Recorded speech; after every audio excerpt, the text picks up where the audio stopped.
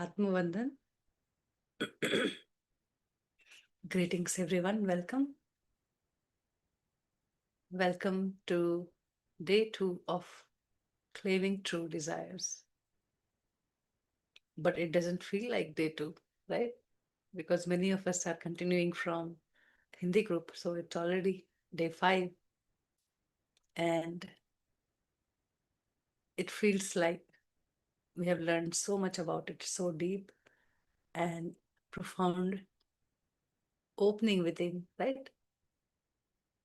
As it is the first chapter of part 2, it is connected deeply from part 1, especially with chapter number 1 and 2. Claiming true desires mean, right? Claiming God's true, God's all knowing potential, infinite potential. We are all made in that image with all the God qualities, that omniscient, that all present everywhere, omnipresent, and that omnipotent, that has infinite possibility. If we can't claim it, can we act upon it? So before we start today, um, just look at the week 1 chapter, where it says that why we are unifying with God qualities. It says that we truly want to tell our mind that we desire to unify with our whole self. As God created us in his image, right? So this is from the week 1, where it says that why we are unifying, to tell our mind that we want to live from our whole self. We want to experience the whole human being that I am, that entire, um, I want to act as a complete human being. What's the life of a true human life? I want to experience that, right? And also in week 2, it says that when it tells about our higher self, it says it has never lost its touch with God qualities, unlike your lower self. Your higher self knows everything, it is everywhere present. It is love personified. And it longs to reunite your whole self, your whole being. It constantly feeds thoughts to you about your nature. It nudges you into more perfect right action. It is always there as your servant to lead you and to a life of love, abundance, and safety. So I want to unify. This is not my own desire. It is my higher self desire in me that I want to experience in this life. I want to reunite the only that tip of the iceberg that we have been using, living. We want to experience the entire iceberg by itself. And that is possible, that when we live from that unity, this life, right? So today, everybody is bored. There is no window open. Too much of deep week 9 practice for everybody. Thank you, Devyanji, Shaileshji, Monilji. Yes. Yeah, Pallaviji, welcome everybody again. Right, so this is not the only chapter that is telling us to claim what you are. And we have been doing it for already so many weeks, and here the time is to um, recognize that, you know, how you still resist to claim what is already yours, right? So, and reflect in life. It's not just sitting in quiet period practice and unifying with God qualities. It is about reflecting the same in this life. So today, we'll continue our journey, and we have Monilji here with all of us to further lead. She will lead us further into the session. Welcome, Monilji.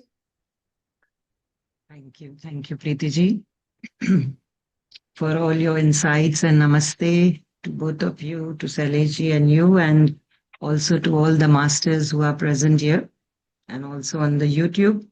So, you started with all that I had in my mind when I was reading the book, because it always brings me back from that foundation that we started. That Babaji always said that, sorry, Babaji said in the first chapter that what you think you are. And then he's opening up slowly to tell us that you are that flower in the full bloom in heaven, and then you are not a candle light. So he's asking us to claim back our powers and start and uh, uplift our, or we rise up now. It's time to rise up. So I will like to read a prayer from Review Week, chapter 7, where uh, to understand more better that what is our true claiming desires are. Ajayji has very beautifully written today. So those who haven't read, please read. It gives a lot of clarity. And the I also feel that claiming desires are existing. It's not that we cannot, we don't experience it now or we don't perceive it. So it's not that it's absence of that desires, it's already existing. And the two desires are those seeds that there's very important paragraph that I would like to read from this chapter as well, that it says that it's seeds that are all already planted in us, that desire of the God that is aligned with God's thought. So each of the God thought. And in chapter 4, we were already introduced to the word claiming, because they said claim when they said that have like a full peace for yourself where nobody would disturb you. Like, let the pets go away, let the children be taken care and everything. Then he said, claim your desires now. So, um, like in chapter 4, also they said that um, you are you have to make an intimate relationship with your higher self. So from there, it has been growing slowly, and we have been communicating with our higher self. So I would like to read this, the 7-day prayer. So it says, Dear God, my creator, thank you for thinking of this creation and for thinking of me as a part of it. Thank you for creating me in your image and for making me a creator as yourself.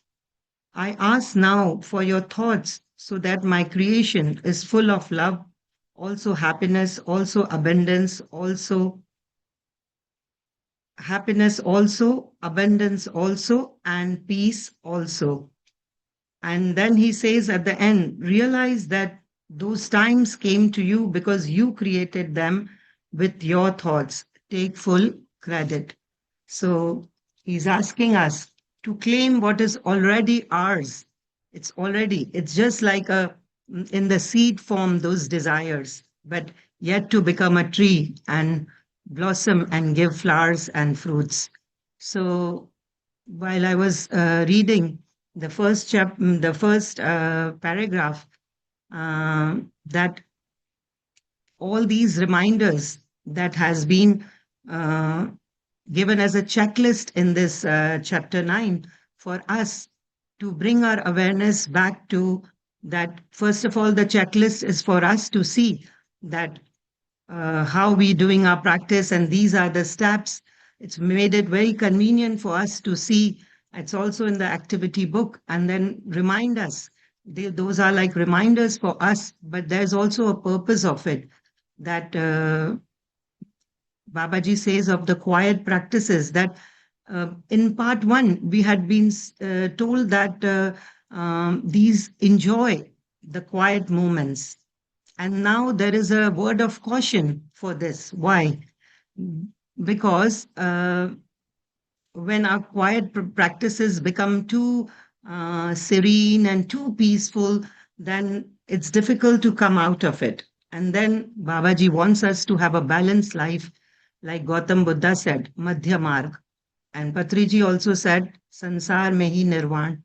So it means that you have to do that quiet practices. Those are your preparation to bring those that energy that we receive from our higher self in our quiet practice time, that energy, that wisdom, to extend it to all our daily activities and make it more powerful, to create a space, a foundation of that love, of the wisdom, the safe and secure place, so that we can work like Preeti ji said that in chapter 1 it said that you have to work from the place of your whole self, which is healed and complete, and like it's that the course, the first chapter was designed to tell our mind that I have that urge, I have that longing to get reunited to my higher self, to my whole self.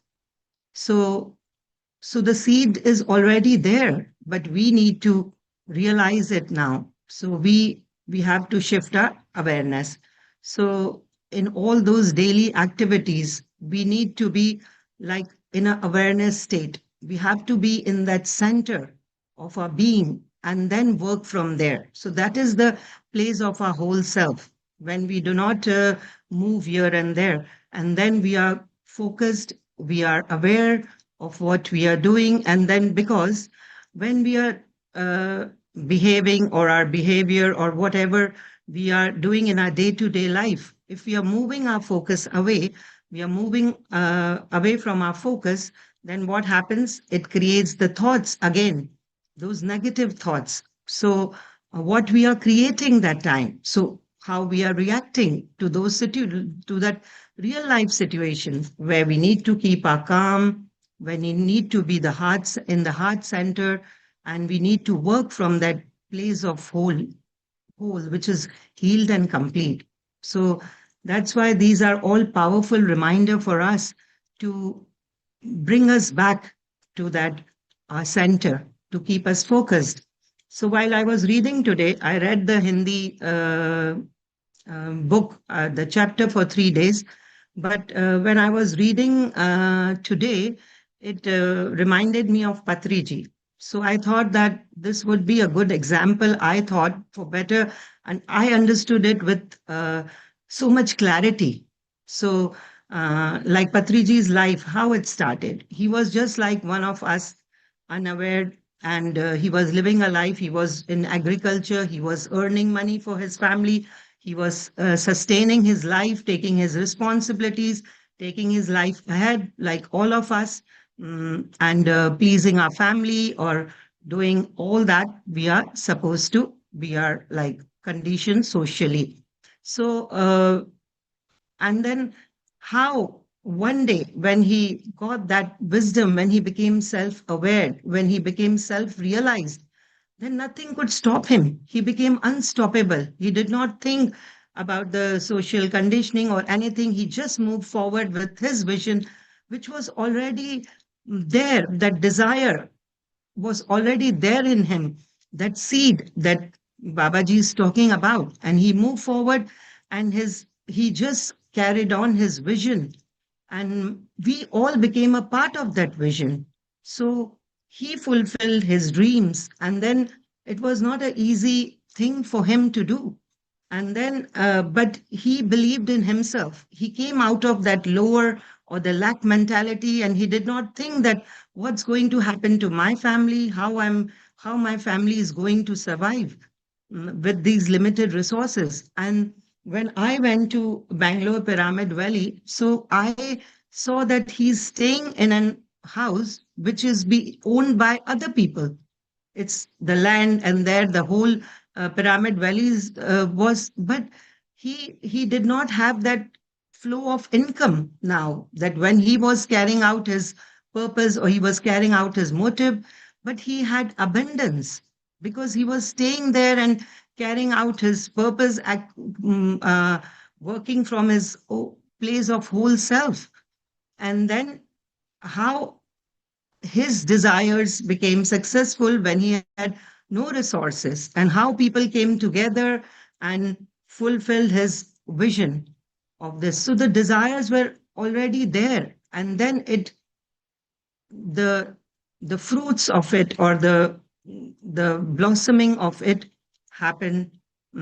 So it's existing. The desires are existing, that are true desires, because he was claiming his true desire. He was not doing anything for his own self. So he awakened everybody, and he was living a full life of joy, peace. He used to sing. He learned how to play the flute, and he had his own creativity in cooking, and how he enjoyed his life, and he had a fulfilling, enriching experience. So this came into my mind today while I was reading. So I thought I would share that experience with everyone, what I understood. And then coming back to chapter, Babaji is reminding us of those 7 steps that we have to follow in our quiet period. So we all know that how we have to come to the heart center, and it's very important because that makes us move away from our scattering thoughts and we become focused. And then how we have to clean our aura and close our aura. We have to send love to all the thought forms. So this is like a space that we are creating. We are grounding ourselves in that love space. So, and that how unifying ourselves with the God's qualities, because it's all, ha- we have all inherited, we are all qualified to have those qualities. So we have to claim it for us. And then how we need to get a signal, how. And when I was sorry, I was reading the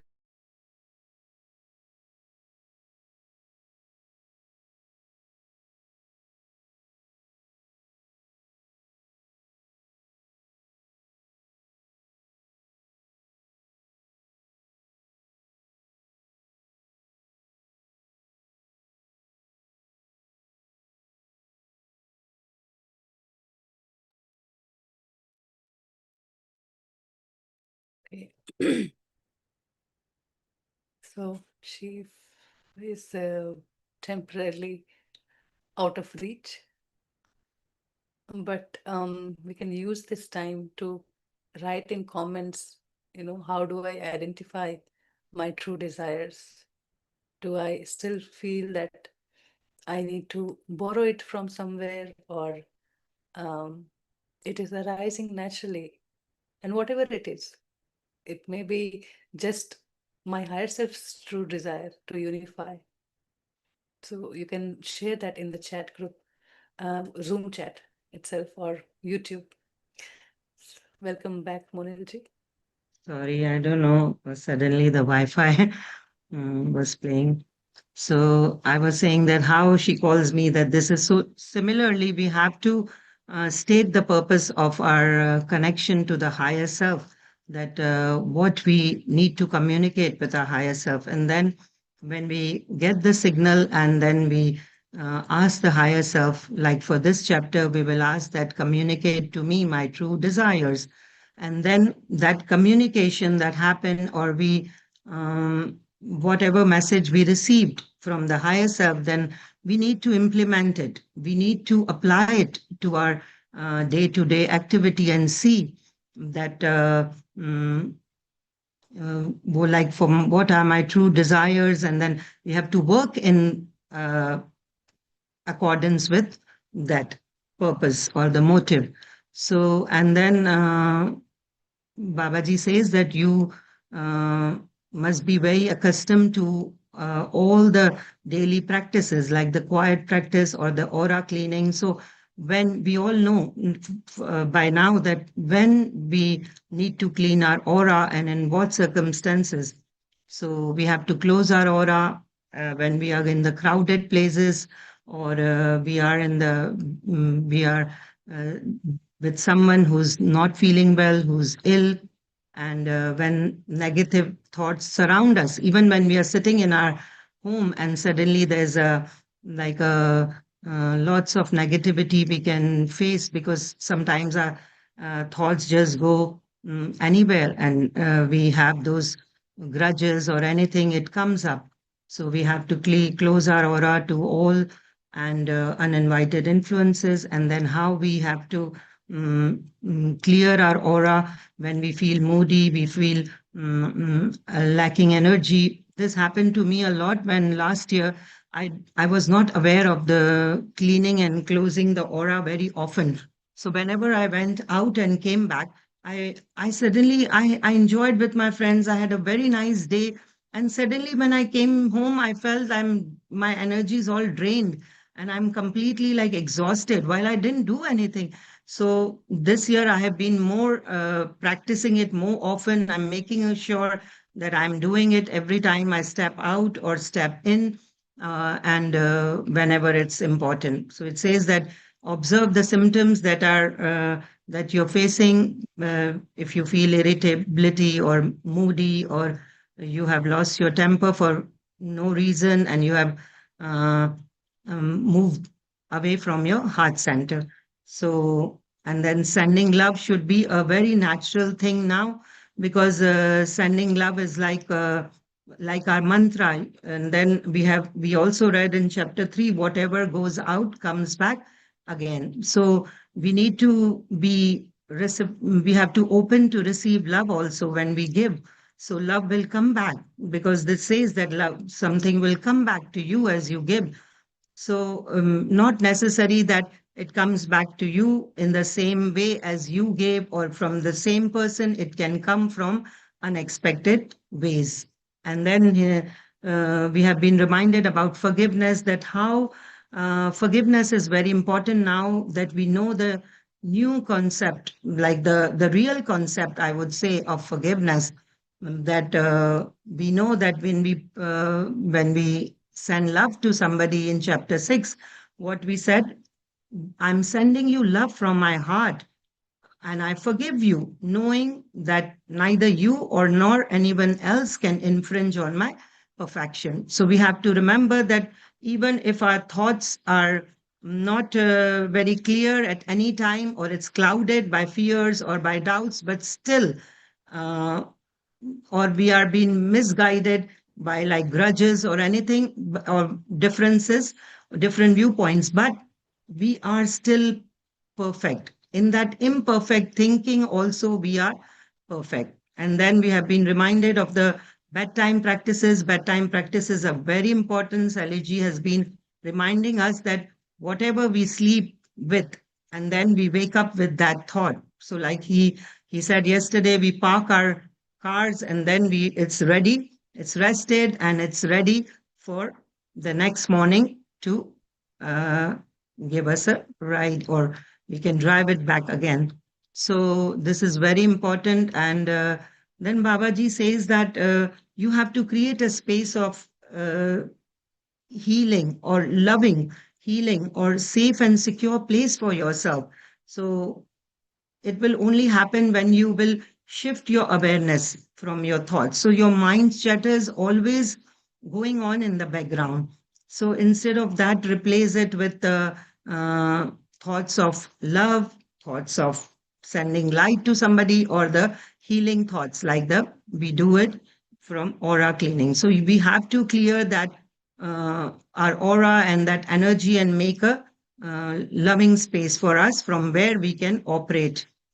So now we have made an inventory in chapter 7, and Ajayji had very beautifully written that how uh, was lacking, from a lacking mentality we had created, and created our experiences.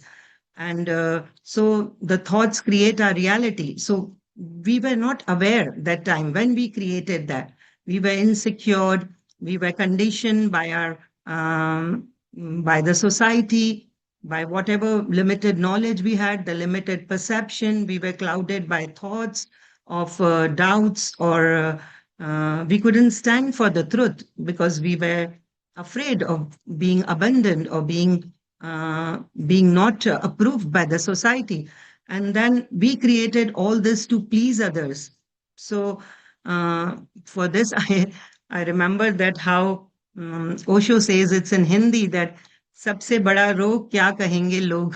So um, so I that we were already like clouded by all this, and we were lacking the uh, all knowing intelligence. We were disconnected from our higher self, the whole self that we are, the true nature that exists. And then we created something like the experiences that were not good for us. They were not um aligned with the God qualities, that were not fulfilling experiences for us. So now Babaji is saying, now against that list that we had created in chapter 7 verses, we have to make another list, an inventory that is aligned with the God qualities. So we have to connect to a higher self. We have to ask a higher self that communicate to me that all my true desires, and you have to start writing. You have to always keep a paper and pen this week with you and say, I claim.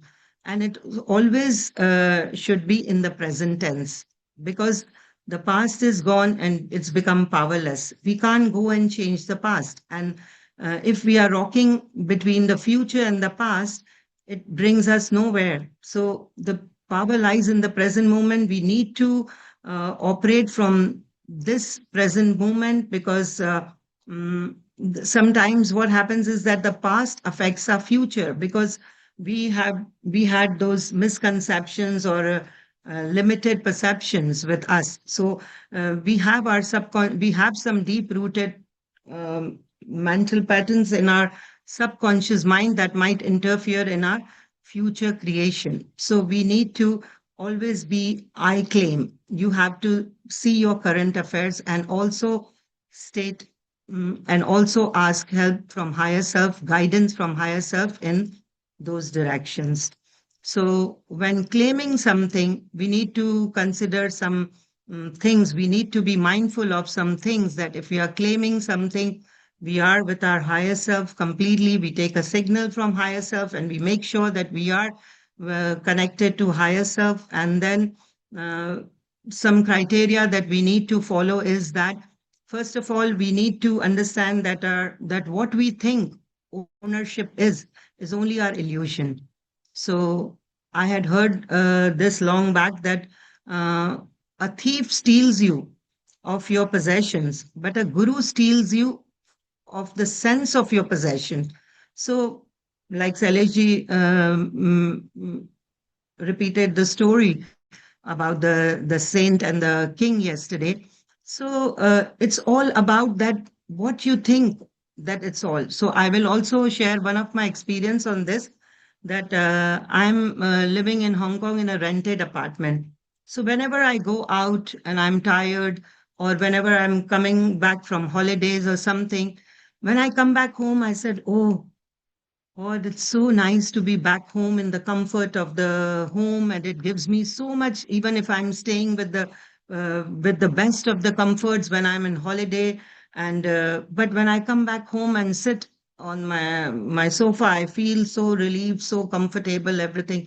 So one day I thought that I'm thinking my house. It's not my house. We are paying rent for it, and it's the house of the landlord. And then my thoughts went like that, and it went so deep that I thought that those who are owning the apartments, or those who are owning the place, actually they are also borrowing. They have borrowed from God that space, and they paid it for once and for all, and we are paying it slowly, slowly. And then I understood the concept of the illusion of the ownership that time.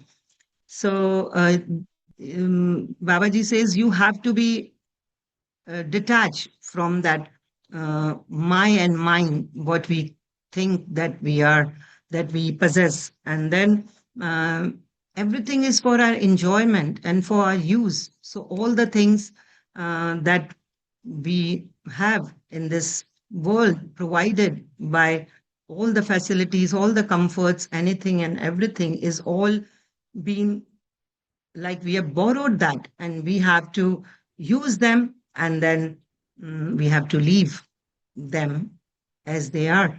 So here we have to detach ourselves from the ownership point of view, and we need to also remember that this paragraph I would that it should not be of the selfish motive. It should be from the selfish motive of the higher self.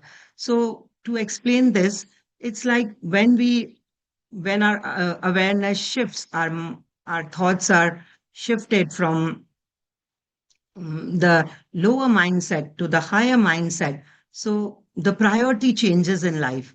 So sometimes it happens that people think we are selfish and we are not aware of their needs now. And then we have been we they consider it and they name us as being selfish. And because we give a lot of time now to our own self. So it's a journey of the self. We are here to explore ourselves, so we have to be selfish in that point of view, not selfish in the world of that greed, or not like, so that should be our priority. And then I would like to read this paragraph because it's very important.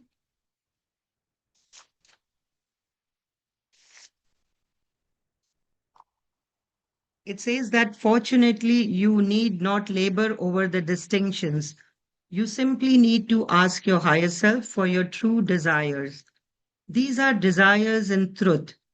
These are desires that God would have you desire.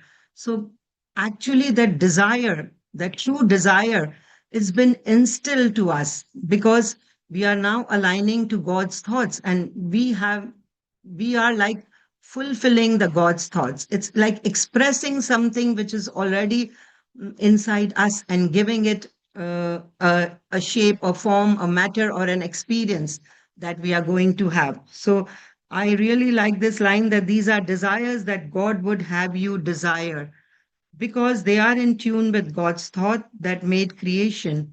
They are the seed thought that can give rise to your creation full of God's qualities. Your desires are to be fulfilled with love, abundance, peace, knowledge, joy, and all of God's qualities. So, whatever you desire has to have this quality is embedded in them. So like we are bringing our awareness to that God qualities, we are making it, claiming it as our own. And then because the truth is that we are all made in the image of God, and we are qualified to have, we inherited those qualities, so we need to work now from that space. So we need to express, or we need to live that life. And like Preeti ji said, that that higher self always aimed for us the life full of abundance, the life full of knowledge. And we have been told in the chapter 4 that it's the all-knowing intelligence, it's a supercomputer, and that's a seed of knowledge within our whole self, and we need to get connected to that wisdom and live our life, the life full of abundance, joy, knowledge, peace, and mm,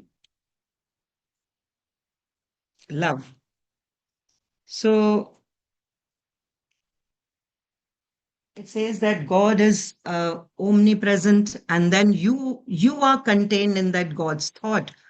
Because when God, there's nothing in this cosmos that's made without God's love. So love is like a connector between all the things that we perceive, or we know, we don't know. Everything is contained in that God's thought. So we are aligned to that. We are in God's thought. So we are aligned in that God's thought. Only now we do is to claim it back. We take our responsibility. Like Krishna told to Arjuna that you fight the battle and you you get detached and go and fight with your own kins and your own cousins, because you are fulfilling my desire. You are manifesting the desire that is already in me, and you are like expressing, I'm not getting that word, that you are implementing it, or like you are carrying out that desire for me. So um, we have to again take care of, be careful that we are not interfering in anybody's free will. So we know that everybody has the holy right to protect their free will. So when I was reading this, the which sir has written, Hari and Suman. So here is Hari and Susan. So when I was reading, I remembered very long back when I was very young, I had heard a phrase or a quote which said that if you love someone, set it free. If it comes back, if it comes back, it's yours. Otherwise, it was never yours. So if it doesn't come back, it's never yours. So you can love unconditionally, but not necessarily the same person, with no expectations, with no conditions. You can love from the bottom of the heart, but like we said previously, that earlier, that uh, it it doesn't matter that it will come from someone you desire, that they should love me back, but it can come from unexpected ways. So you can keep on loving that person uh, without any conditions. And mm, now the important part is that you have to be realistic when you claim the desire, so that there's no conflicting thoughts. So which is very easy for your subconscious mind, or your thinking, or your thoughts earlier that are embedded in your subconscious mind, to believe it. If you like, in Hindi group, I gave an example that there is an poor man, and he's claiming that he wants to have this money or have this richness. So the richness is already in the around him, the abundance, but it's hard for him to believe. So there's a conflicting thought. He's saying, he's somebody told him, just affirm this and just claim it for yourself. So he's doing it, but from within there is a doubt, there's a scarcity, there's a lack of thing, that whether universe will fulfill this my desire or no. So on this, I would like to say that, like, we go in the restaurant, everything is prepared, especially when you go to Indian restaurant, all the curries are pre prepared, but whatever you will order, they will get together and make a dish for you. So it's like everything is existing, but you experience it when you eat it, when you eat that dish. So, like Louis has said, that this is a universal kitchen, and you place the order, and then don't worry about how the universe is going to fulfill that desire. You have to trust the process. You need to, and I gave an example of a yogurt, that when you put the sample of yogurt in the milk and you keep it for letting it be firm. So you don't open every hour and see if the yogurt is made or no, if yogurt is made or no, because you trust the process. You know that I have done the right things, and now I set it free. I let go. If it comes back, and this is the God's desire, it will going to manifest. And just my work is to, or what we are expected to do is just communicate with our higher self and put forward that desire, which is God's desire, which is existing. So everything is existing, like the gods in this cosmos, everything is existing. We can see or we can't see, we realize or we don't realize. So, lastly, Babaji says that now you can match those inventories that you made in chapter 7 or or in this chapter 9. These are the errors in thinking and versus the your desires. So you can match them, but only for your amusement, only for your satisfaction. You don't have to mix them and say, oh, like we used to do, matching the words when we were young, that match the opposite words or something like that. We don't have to do it now. but we don't have to labor and distinguish anything and see. For now, we just identify, like we identified the errors, now we see to our real desires. And then very mm, very lovingly Babaji says, see your desires coming true very soon.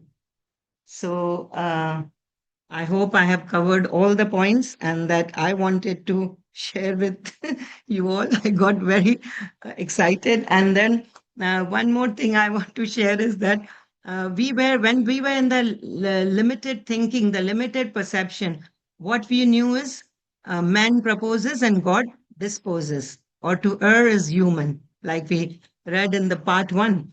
So these are also the examples of the limited thinking, because then these examples are the examples which are not aligned to God and God's qualities. And then, if you are not in that space of that whole trust and the um, space of abundance, so you cannot claim it, because then these statements like these will interfere in your manifestation. So, thank you, everyone, for listening. And I hope everything made sense.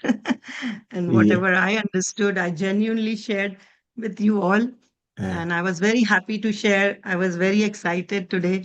uh, And I took this opportunity for myself. Thank you you. know, Thank you. your presentation, your expression, your delivery is just like they serve the food in five-star restaurants. You know, you serve it in such beautiful silver dishes, fully decorated with love. My God, you you know the agent that you use to transfer the knowledge, that agent is love. It is so beautiful.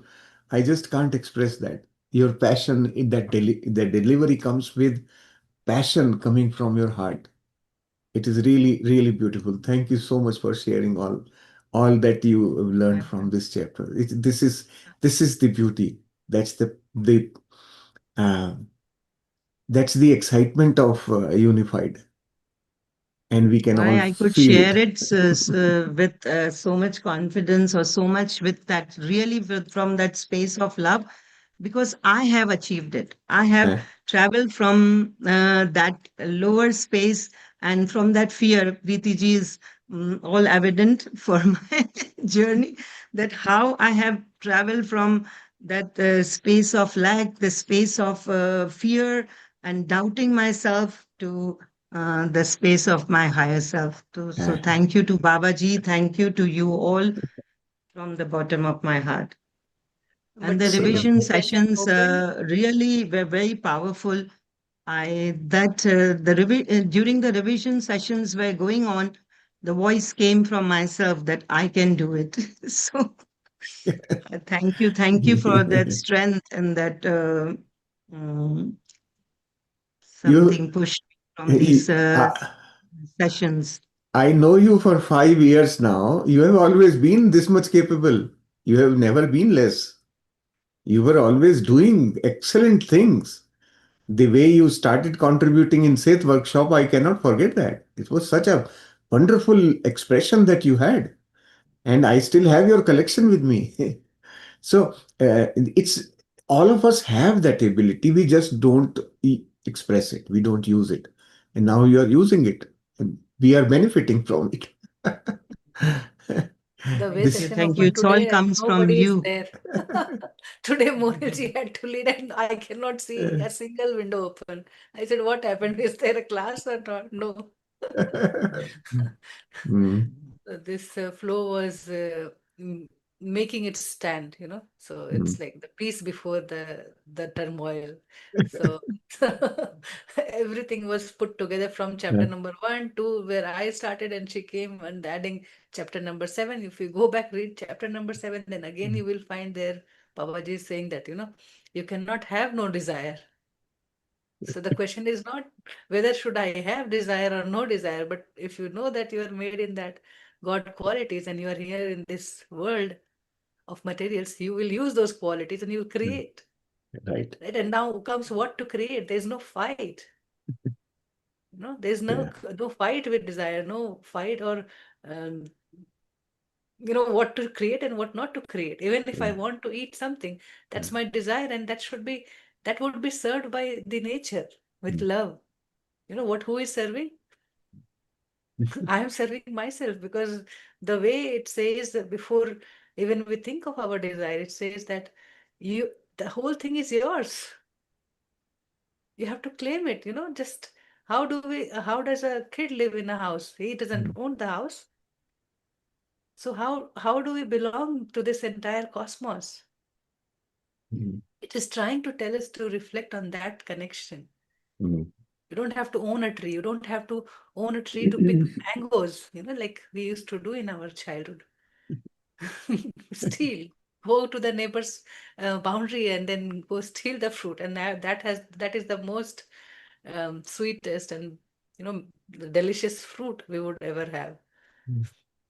So that's what the chapter is saying to, refine whether it's your desire. It's the first chapter itself. It says that, Mm. you have to come to, the whole nature is there for you to fulfill your desires and your needs. Mm. Then there is no question, what should I ask for? It just says, take it with love, take it with gratitude, take with it forgiveness. There's no condition, like I'm just sending love.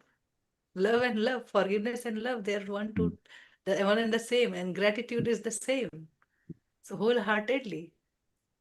And the whole practice is based on the centering in the heart, where this this whole universe, the first practice of the seventh step, it says that feel that love pulsate and feel that the whole creation. So it is not asking us to tell our mind, it is asking us to experience first. It's happening here. Now you go and do it. Take what you want, create what you want. Mm. You don't have to have a debate on it. That thought will come to us even if I walk in my kitchen. Even if I do anything, that thought will keep appearing. And I cannot deny it. It's that simple. It's my higher self. When I've done like 8 and plus 8 weeks of higher self connection, who will speak from within? Where the mind is not there to, have a conflict or put others down, or, it doesn't have any of that desire to fight with others. It just says, I'm you, you and me.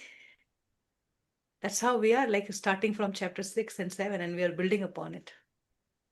So I love the examples of yogurt. How it is set, you just trust.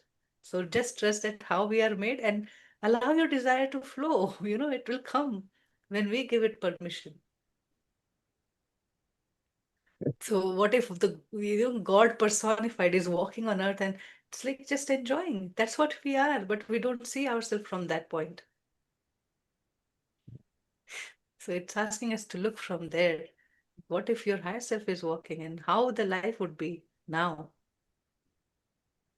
So even the desire of, I love the beautiful way that desire of mm, being free from my fear, desire of being um, free of my attachments, or desire of being free of my grudges. They are Mm. natural to us. So I just keep asking somebody, write the desire, what you have. Even the desire of a bike, no problem, have it. Because if I'm stuck there, I cannot see beyond bike. Buddha had the experience of all the Mahal Rajsi thing. And then he had the experience of having nothing and having it all. So what comes in middle, we have to go and fulfill that desire without asking question. Because this chapter is saying that just claim it, feel it how it feels. But don't claim from the point of view that you own it. Claim it from the point of view that everything is yours. How you care for it, how you look after it. So this chapter, I just want to add a few things just for you to connect mm, what we have learned so far with what we are learning here. We have been told in several chapters earlier that everything in this universe is meant for my use. Right? Why? Because I am part of the same very thought that created the universe. So, what exactly is he trying to communicate to us? The deeper understanding of this that I have is that what he is telling me is that you belong to this entire universe. You are not separate from it. You think you are, but you are not. You are integral part of this entire existence. You are not separate from it. That illusion of being separate is what we need to work on. And when you start looking at everything as it's available for me, you feel one with it. That is the intention behind it. That is the purpose of it. Now, the other thing that as I'm seeing comments in chat groups, and I find that people have this confusion between what should they be claiming. They are using a should there. That should be dropped. Just like what Preeti just expressed, claim anything that you feel like. In the chapter, we have been given 3 criteria to determine the success rate for your claims, right? Those 3 criteria are not preconditions. They are criteria for you to ask for something or to claim something in a way that it can be fulfilled. So for your success of um, experiencing your desire, to make it successful, 3 criteria are important. And so let me first go through the criteria. First criteria is what? It should be in the present. Illusion of ownership. Right. It should be in the present. First criteria is it should be in the present. Second criteria is it should not interfere with anyone else's free will. And the third criteria is it should be practical. Your mind should not reject it. These are the 3 criteria. He doesn't say that it should be from lower self or higher self. That's not one of the criteria. So if you have a desire from lower self's point of view, that also will get fulfilled as long as these 3 criteria are met. You can see the examples given in the chapter are, most of them are from the lower self point of view. Right? But there's nothing wrong. What we need to understand though is that and this will come from experience only, that when I manifest a desire, when I claim a desire from the vantage point of a lower self, it will bring me experiences that may not be reflecting the qualities of God. Right? Because they are my creation. And my creation is always short of God's qualities. Because I have created it from a limited thinking. Limited thinking will create limiting experiences. That is all the distinction. When you have abundant thinking, you will create abundant experiences. Alignment with God qualities. So when your point of view behind your desire is that of alignment with God, God's thought, that alignment will create experiences which will give you the experience of God's qualities only. That is the only distinction. But you can claim either. That is your free will. You can claim from the point of view of lower self, I want so much money. Nothing wrong with that. Absolutely fine. Or I want a 4-room house or whatever. Right? That's nothing wrong. Just know it, but knowing is more important. Be aware that, okay, this is coming from a limiting thought and I should not expect unlimited experience out of it. When you know that I am asking for a limited desire, then definitely my experience will also be a limiting experience. And I should not be disheartened if that limit is reached. Now what happens? I have reached the limit. What now? Do one more. Nothing wrong. Now you know how to do it, do one more. Right? So nothing wrong with that. All I'm saying is you can either start with abundant thinking and straight away go into abundance, or you can do steps. Today I start with $100,000. Tomorrow I will do $1 million, and then I will do $1 billion, and I can keep on stepping. This is the approach each one of us can take by ourselves. Understand that I don't know if you have ever thought about that battlefield in Gita where Arjuna is receiving a discourse from Krishna sitting around enemies. Everywhere you are having people ready to fight and you are receiving a discourse.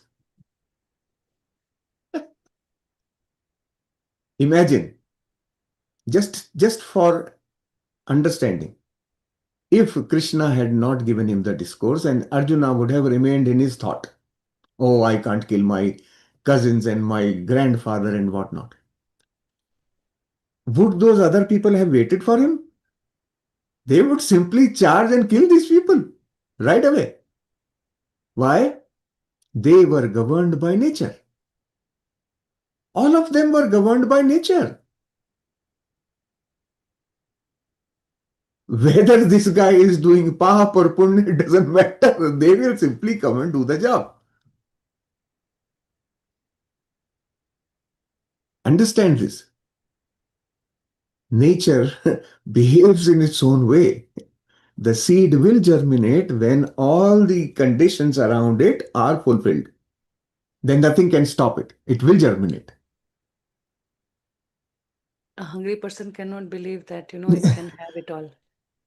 So We, it will always keep thinking about the next meal and the next meal and the next meal.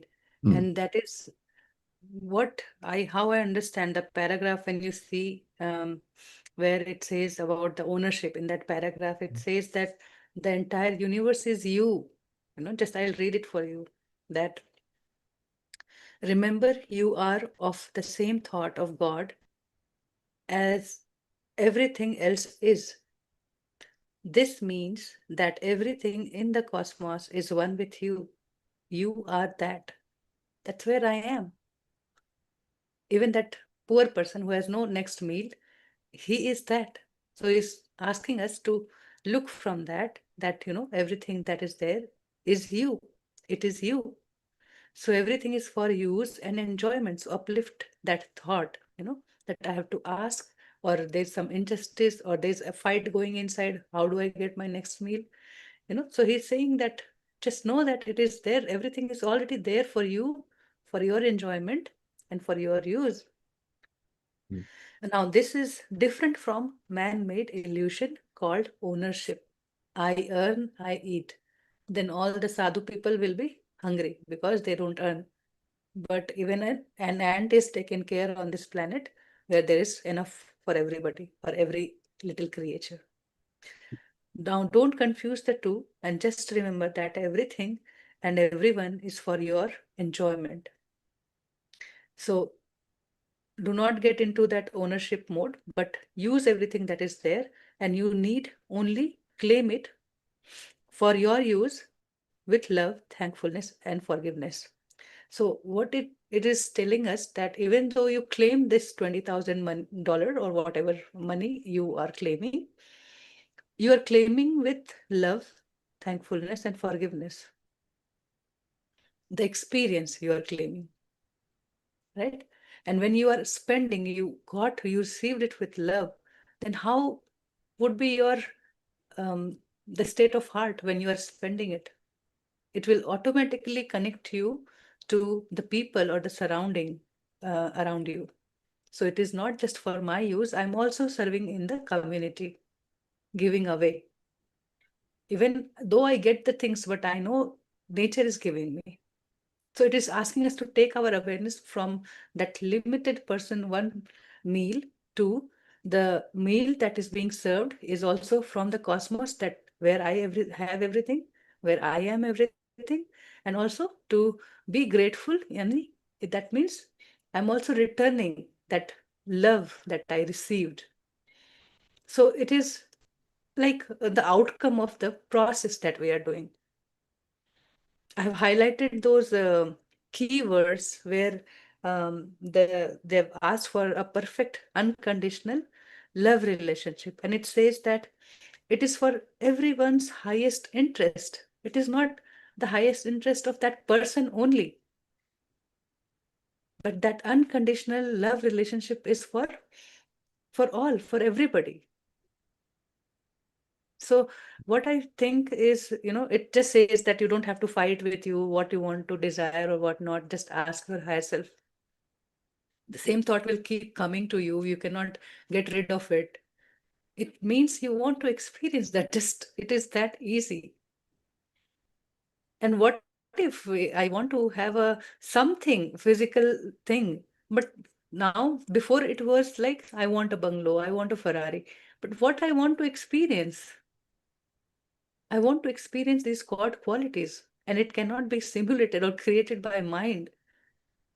If it is my true desire with my alignment, only I will ask for the things that is in my resonance, that's belong to me, that's who am I.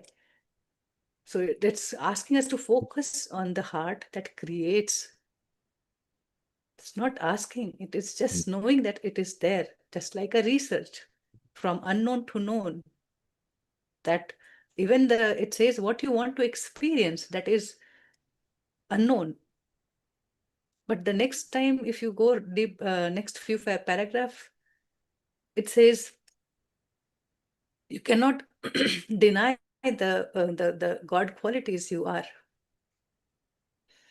You want to experience all that God qualities, and you have to claim it in present, because there is no future, there is no past. God is omnipresent. So what I want is unknown, and I want to write it in present. There's a conflict in my mind, and it is telling us to experience that abundance, not the lack. Don't write it from there that I will have when there's a condition, but it says I have it with more or better kind of words, that like that. So there are few technicalities here used, and if you look closely, the before paragraph where it says, where is lower self coming from? It is coming from the lack, where there's lack of following intelligence. And too often your desires were created by your parents. We borrowed it from parents or friends. Or simply your desire is to win someone else's love. Now, is that anything of it happening in my quiet period when I'm writing my desire? In my quiet period, I might have a fight from within. Should I write? What should I write? What should I desire? What should I not? Because my identity gets attached there. So come to that practicality and it won't be difficult. Only if our heart surrenders, if we center ourselves, we can hear it. You keep thinking, read and think, you will always struggle. But just allow yourself to experience and just allow. That's what the chapter 1, 2 said, that, your the highest desire to unify is coming from your higher self. And it cannot be fulfilled if you reject one. Just write it down. We are just knowing our desires. We are just claiming it is there. And then we'll work further. So one more thing I want to just um, complete where I left earlier is that we were talking about the seed. How does a seed germinate? How does nature support germination of a seed? by creating and waiting for an appropriate environment for it to germinate. When the environment is fulfilled, the seed will germinate. Now, we also now have read that when we were created, the seed of our true desires were planted within. So, for these true desires to surface, to germinate, what is the environment that needs to be created?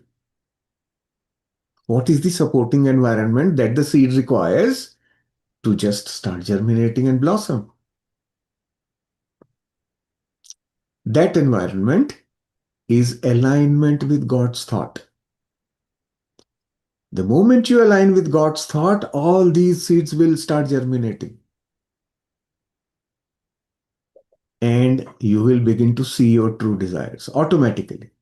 Now, your desires so far, whatever you have desired in life, some have been fulfilled, some have not been fulfilled. The process goes on. What are these desires doing actually? You can never satisfy yourself, isn't it? One desire is fulfilled, there is next one is waiting. Then that is fulfilled, another one is waiting. Right? And the process goes on. Why? What are these doing to me? Each one of these desires is taking me one step in the direction of those conditions that need to be fulfilled for my true desires to come out. So none of your desires is bad. Know that. Even if it is coming from your lower self, doesn't matter. That is taking you one step in the direction of fulfillment of the preconditions for your true desire. And you will eventually reach there. That's nature's process. That is why we say that we are created in love. Nature hasn't presented challenges for us. Nature has created a beautiful automatic system for us to enjoy in our own way. So each one of your desires is not a wasted thing. But through experience, you will know that this is a never-ending stream if I keep going in this direction. But it is leading me somewhere. And at an appropriate time, your true desires will start popping out. Why? Because now you have created the environment that is needed for them to start blossoming, to open up. So that's where the importance of alignment with God's thought. That is the importance. So either you allow these things to lead you to there, or you voluntarily select that path. You can choose. You have the choice. Choose to desire from the point of view of God's thought. So your true desires will automatically come out. And you will see them being fulfilled. That is the last line of this chapter. Very soon you will see your true desires being fulfilled. Why he is so confident? Because he knows that he is teaching us to stay in alignment with God's thought. In every chapter we are taught that. Be aligned with God's qualities. Be aligned with God's qualities. The intention is that create the environment for the nature to blossom through you, the true expression for which you were created. From your childhood, you have been conditioned to be like someone else. Always. Go back into your past, and all your memories will tell you you have always been shown an ideal person to be like that. How about you?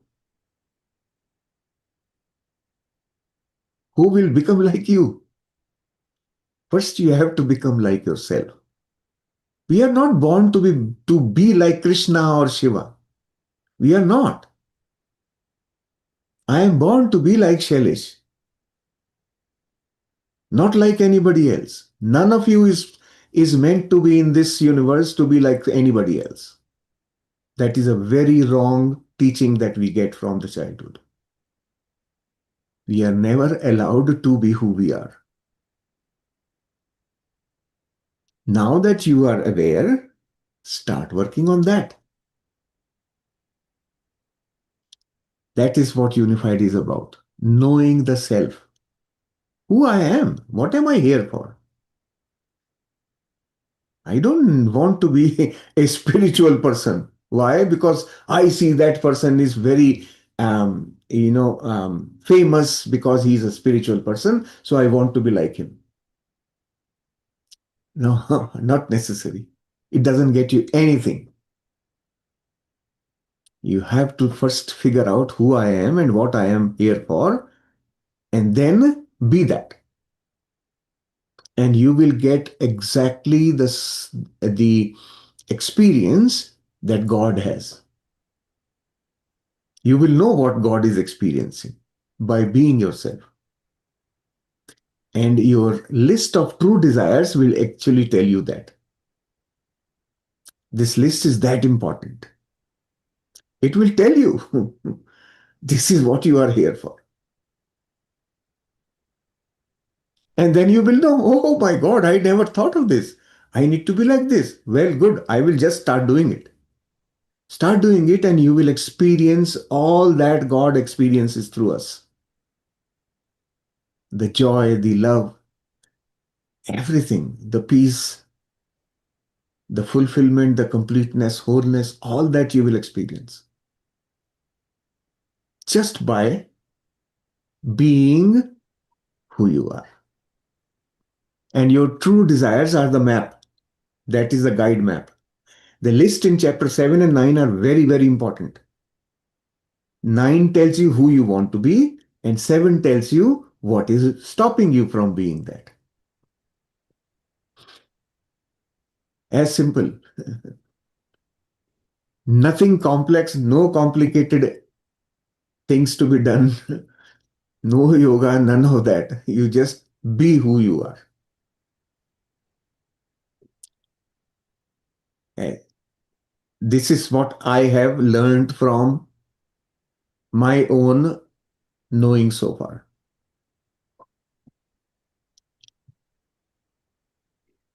Saleshi, if our role model is Saleshi and Preeti ji, we can have it. No, no, no, no, no.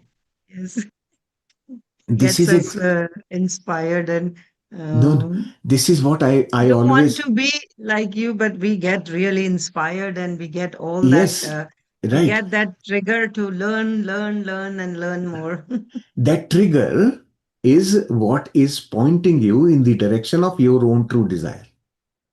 Yes, Right? definitely. So, yeah. So you don't have to be like us. Get inspiration. Inspiration is just energy. You will get, yeah, good. I am in the right path. Right? Your inner guidance will support you.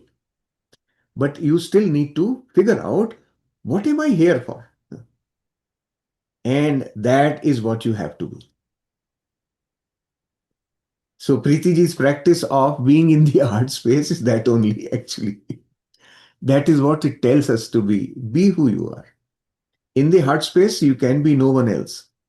You will be you. Because you actually vibrate at your signature frequency. In your heart center, all of us have a very unique signature frequency of our own. Is the source of creation. In that signature frequency, when you start vibrating at that, you become who you are. That's the beauty. All right. I will not Like delay. I can today, keep talking, yeah, forever. I will not today I delay was you. also thinking, Hmm. sorry, Hmm. Right. you Yeah. Yeah. can finish No. first whatever. Yeah. I just want you to continue, and we will go through the practice. Uh, I can keep talking after that. So for me, I will just put a stop here. Just the stuff was flowing, so I wanted to deliver it. Yeah. Yes, good that we learn so many things. But today it also came into my mind, but sometimes not all the points you can share. But it also came that realization that these errors are the blocking way to bring it to my this. So I've written, so I was checking my notes where I have written that, but I not necessary. When we speak, it all comes out well, what Uh, Babaji wants to say and yeah. whatever we remember. So Yes. I was thinking today while reading this chapter that how in the past, like you always share the example of the neighbor, I remember that there used to be only one TV. Someone used to own, and all the kids used to go and in their house to watch that one TV and that one program. So it's like sometimes what we get in abundance is also for the welfare of others. So, like yesterday, you shared that I am claiming my true desires, but it can also benefit many Yes. in different ways. So, Oh, and yes. Preeti ji also shared just now. So, it Yeah. reminded me of this. Mm. Yeah. So, we are just executing Yes. whatever is already existing. Correct. Preeti ji wants to share something. Otherwise, we Mhm. can go in the quiet period It is all practice. good, Monilji. There's a beautiful energy, so just continue with that. Mm. Thank you. Thank you. Thank you. Masters.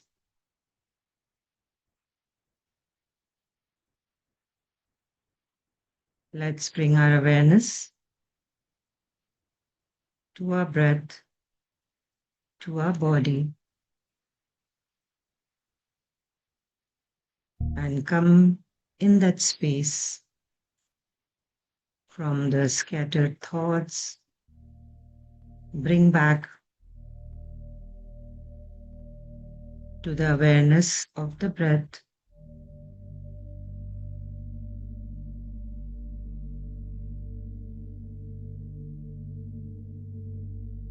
Take a very comfortable posture for yourself.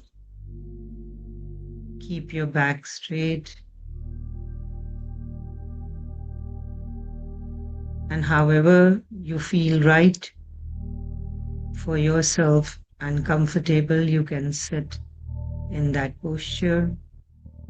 You want to cross your legs, lock your hands, or you feel like leaving them open on your thighs, whatever you feel like.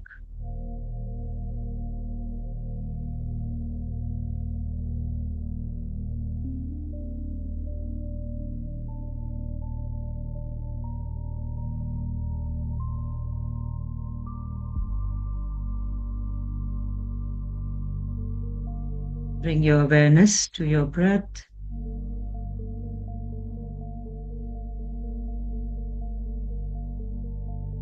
Deep inhalation, full complete breath in, and try to follow the breath.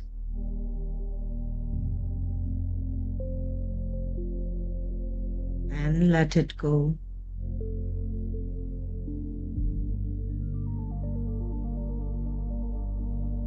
And another breath.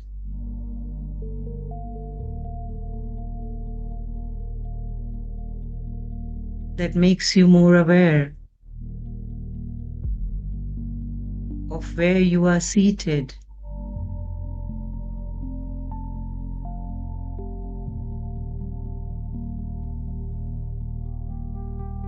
To your feet and to the ground.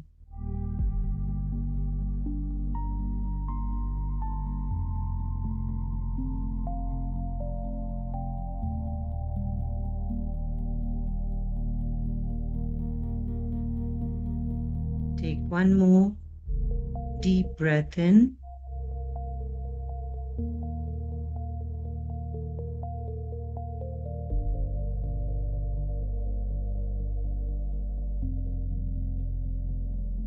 And with long exhalation, release all that we have been holding.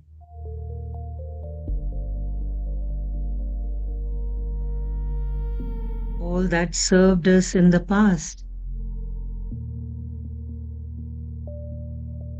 has served its purpose.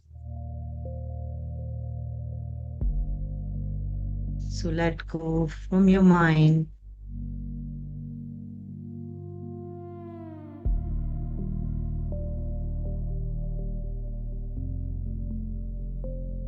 All those thoughts that brings noises, grudge, discomfort,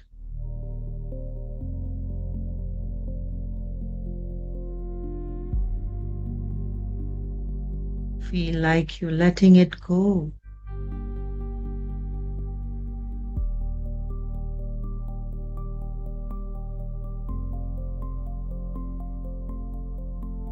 And you're accepting yourself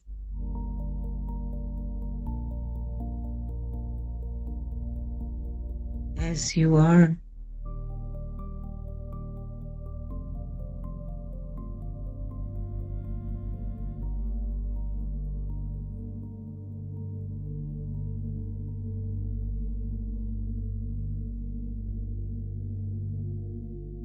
The thoughts always flow.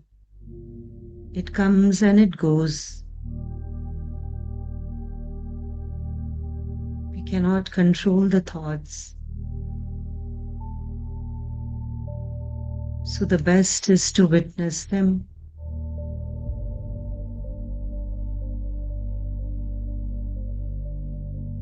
And slowly and gradually bring them to the space of comfort, of love, of joy and bliss.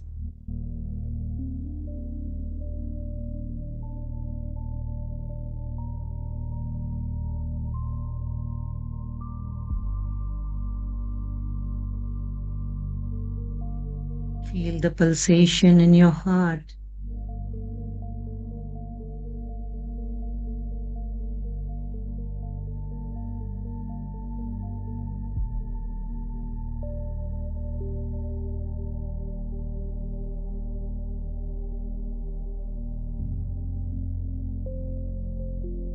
God is omnipresent. It's all around and it's also within. In each cell,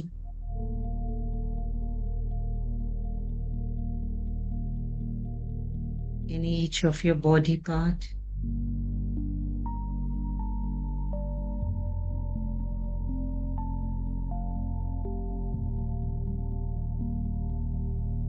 Breathe in through your heart and exhale it.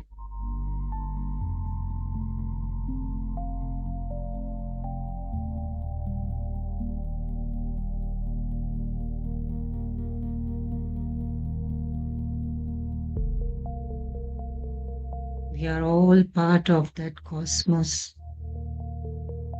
We are all contained in God's thought.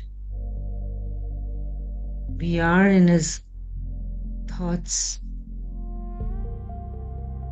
We are all created in God's image. We are what God is.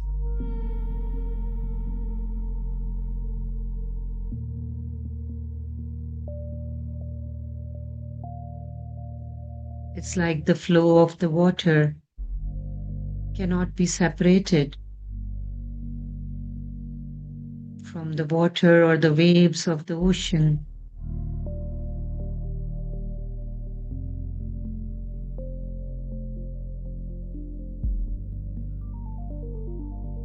We are inseparable. All that God qualities are embedded in us.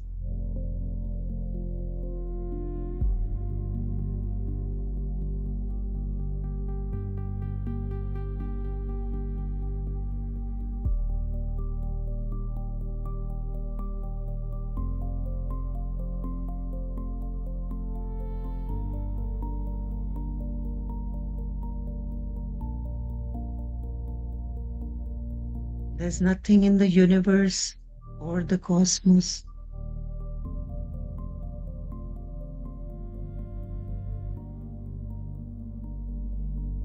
that doesn't contain God's thought. The pinch of salt also makes a difference in our lives.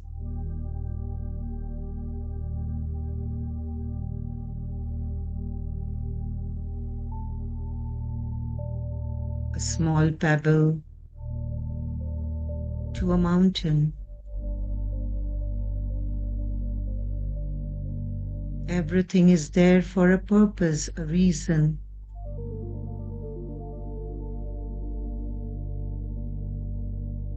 Everything together makes it a beautiful place to live. Even though we have all the differences, different viewpoints, different perceptions, to look at the same thing.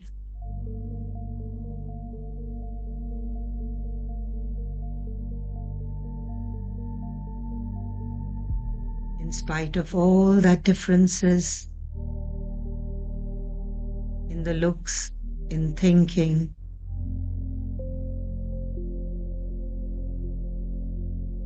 we are all on the right place doing the right thing.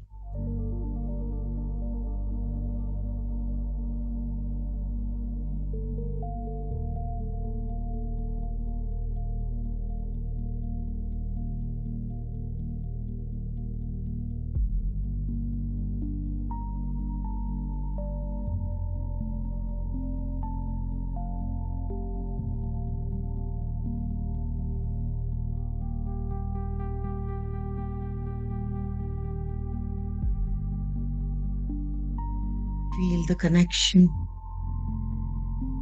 between you and everything else. Let it expand and become one. Love is a connector.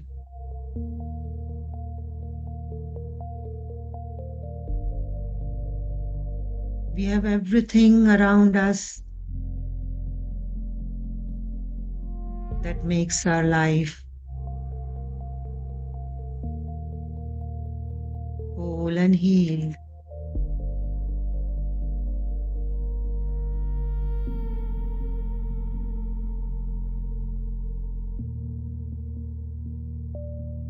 Whatever we have desired or we want has been taken care of.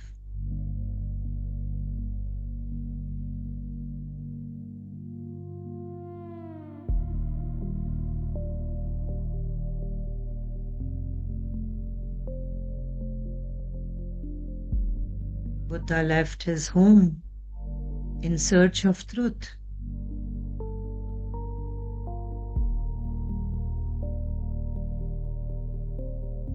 He starved.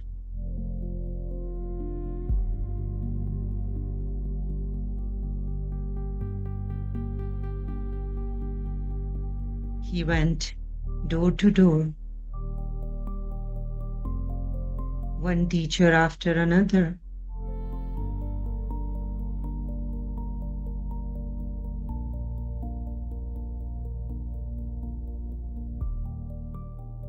He experienced a tough life.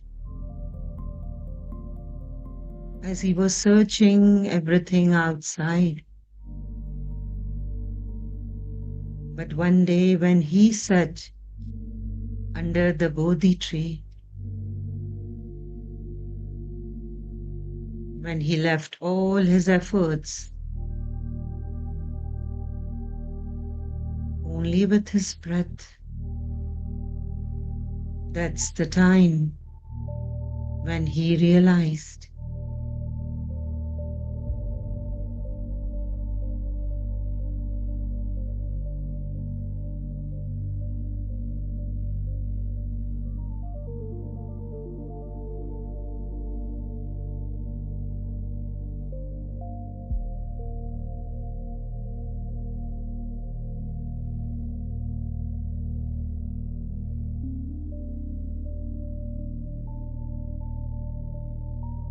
Be with your breath and feel it.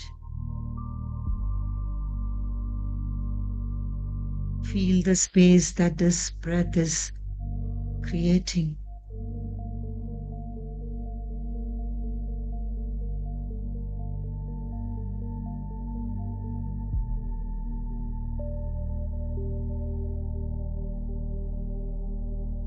The stillness, the silence.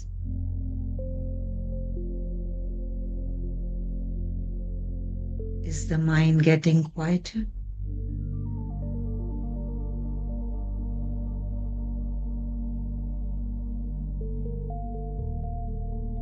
We are all made in the image of God. Therefore, we are love and light.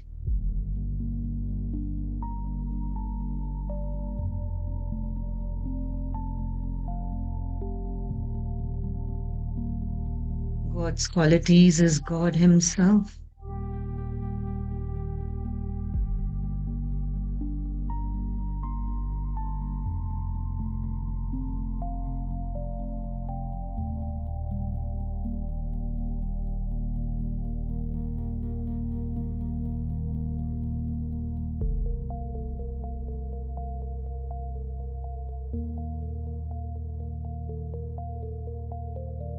Let's send love and light to all thought forms, to all uninvited influences in our aura.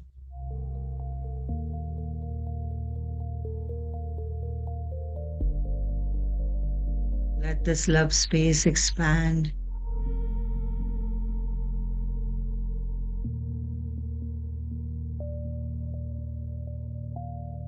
To all uninvited influences in my aura, I send love and light.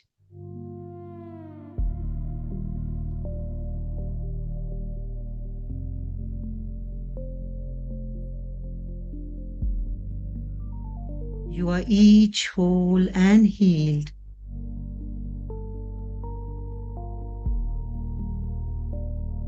You are each created as love and light. And you are still love and light. Nothing can alter this. Nothing can change it. You each feel no pain.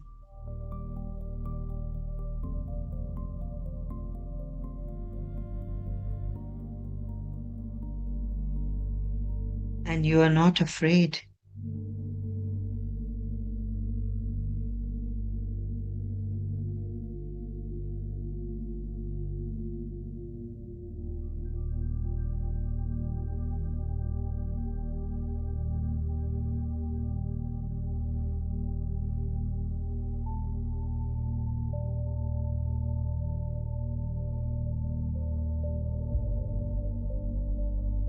You each have a perfect place to go. And I ask my higher self to bring you there.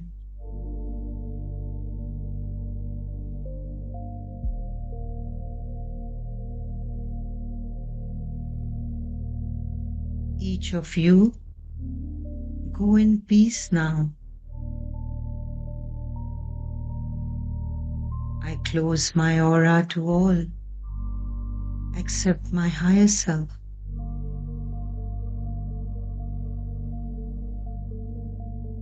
I send love to all the thought forms around me.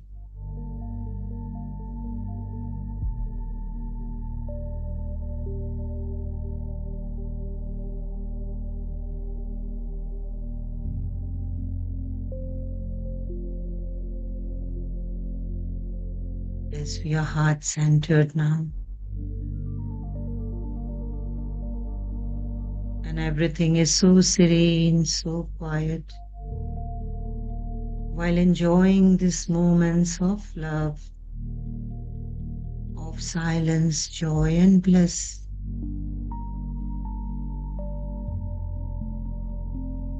We unify with God's qualities.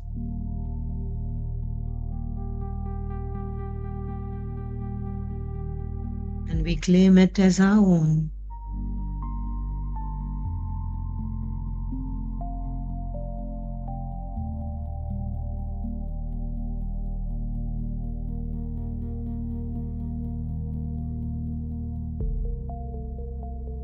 Feel the heart space that you are in.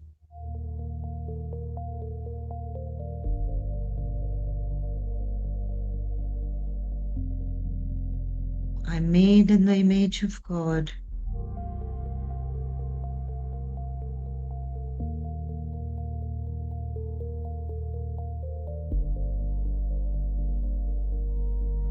I am what God made me.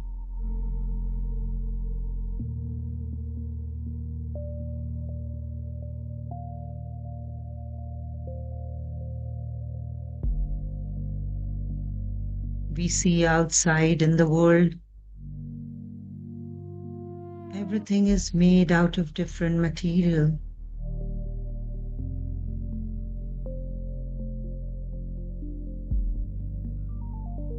But still, deep down, it's all love.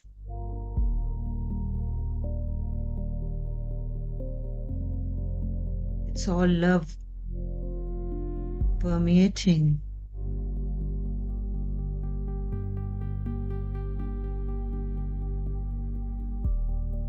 I'm made with that same love. The love that heals.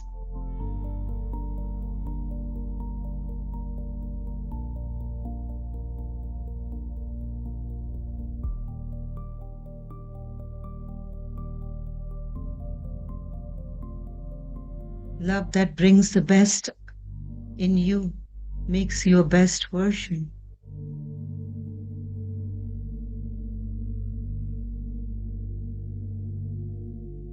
Fulfilling all God's desire.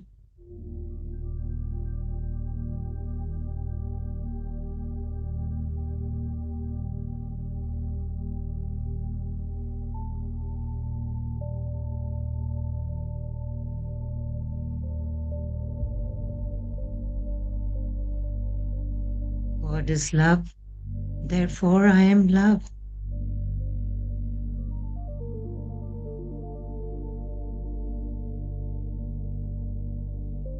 God is light, therefore I am light. God is joy, peace, and bliss. I claim it for myself.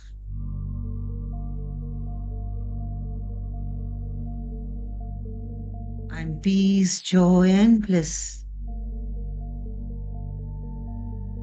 God is happiness, and happiness is all around me.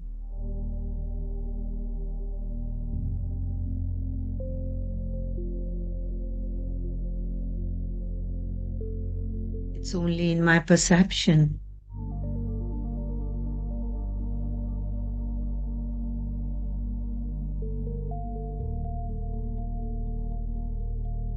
That it makes me see the lack in it.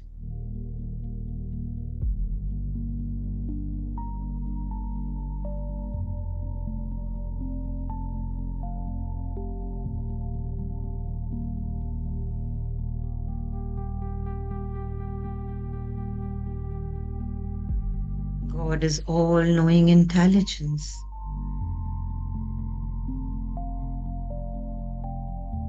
It's everywhere and in everything.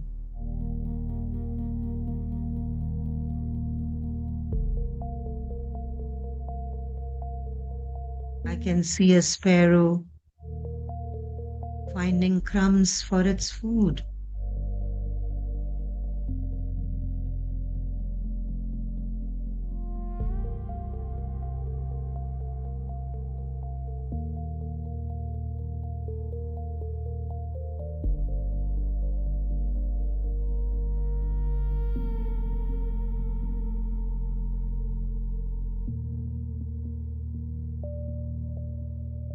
all the forces of nature are within us, supporting us, protecting us, keeping us safe.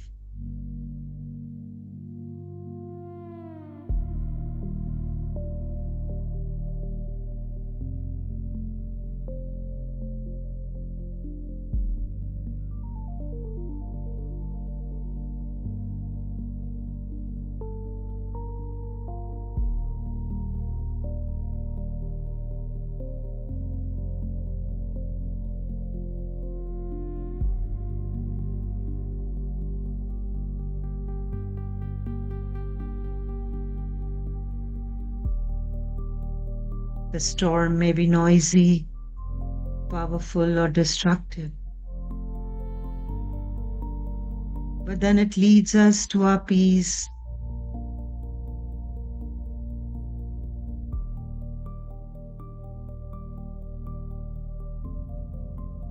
to creation back again.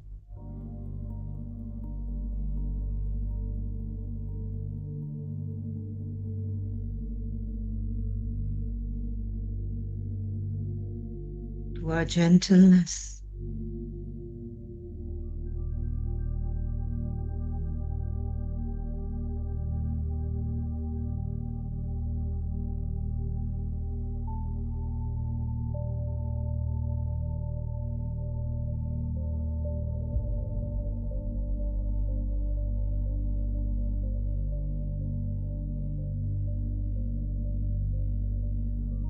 Love is the foundation of all creation.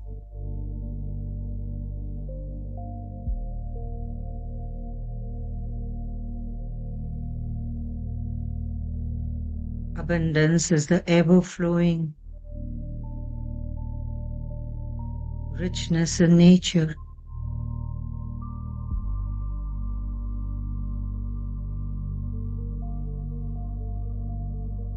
In stillness and silence, we can hear the voice of truth.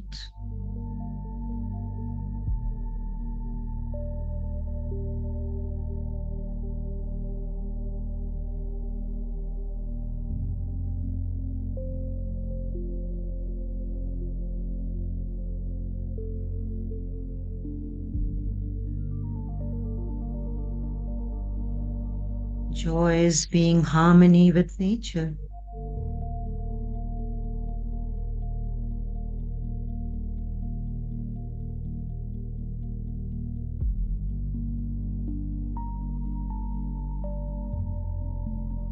Knowledge teaches us to be aligned with God's qualities. We need love, joy, peace, abundance.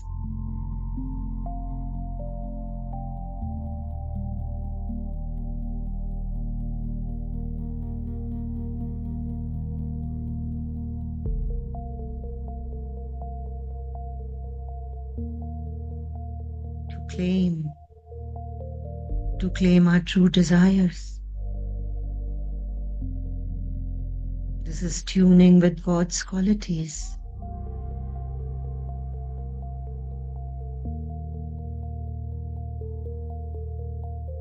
We are unified. We are aligned. We are centered.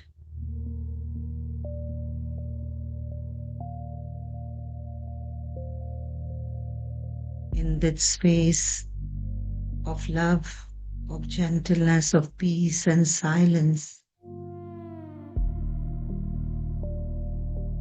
let's connect to a higher self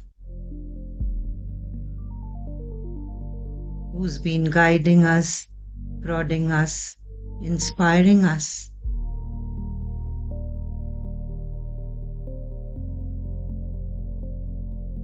To have a fulfilling, enriching experience of life.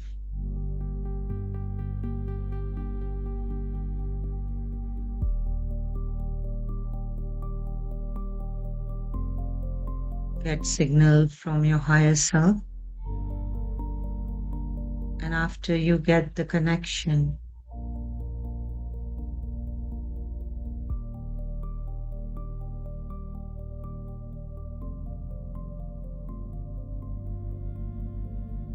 You ask the higher self, please communicate to me my true desires. Please let me know.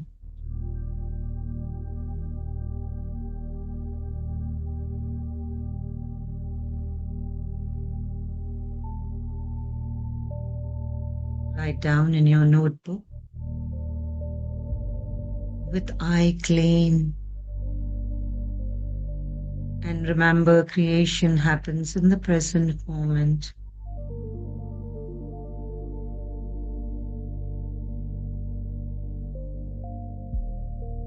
Just be with that flow. Trust yourself, trust the voice, trust the process of the universe. Don't doubt it. Don't let the limited perceptions interfere with it. Any desire, anything that comes to you right now, just write it. Do not hesitate. Everything is useful. Nothing is meaningless.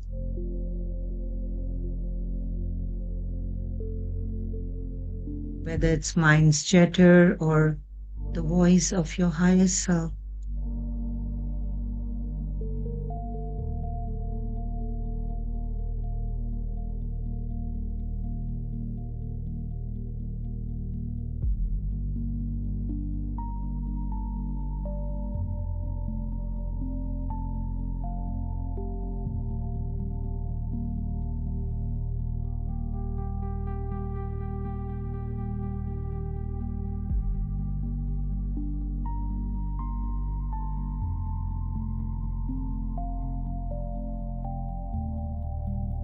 Thoughts comes also for release.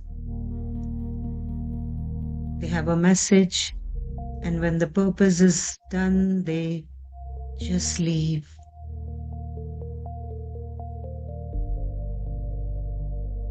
This is you, and accept yourself.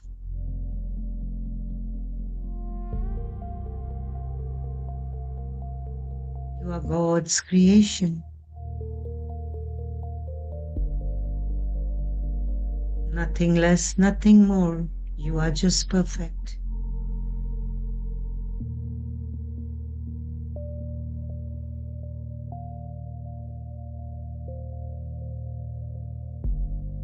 Errors in thinking is supporting us.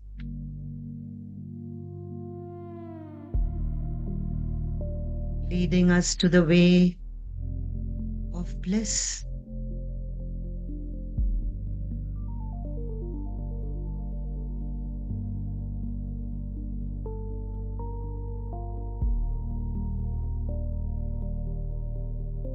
You may ask your higher self again.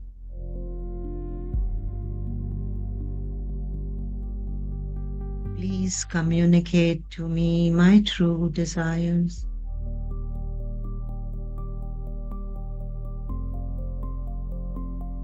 Do not expect. Do not get panic.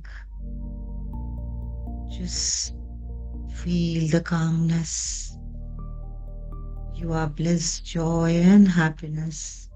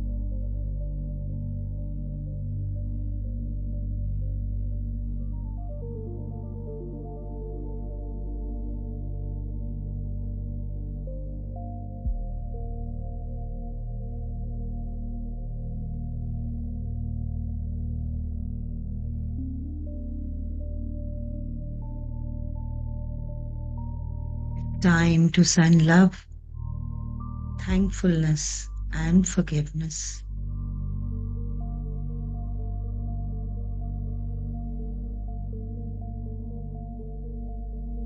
Express your gratitude and send your love to your higher self, and send love to anyone and everything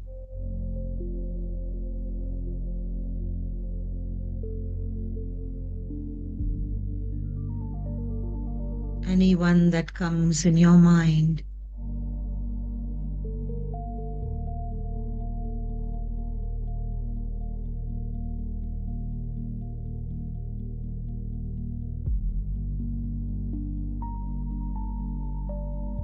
Close your aura to all except your higher self.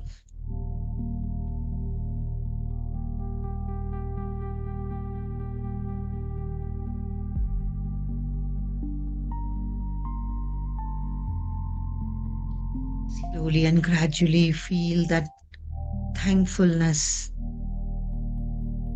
for everything that is gifted to you.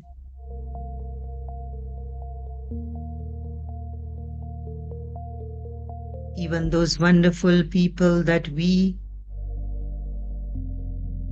consider them as villains.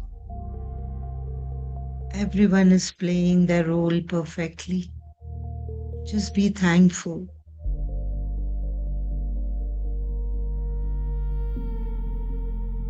They are bringing out the hero in you.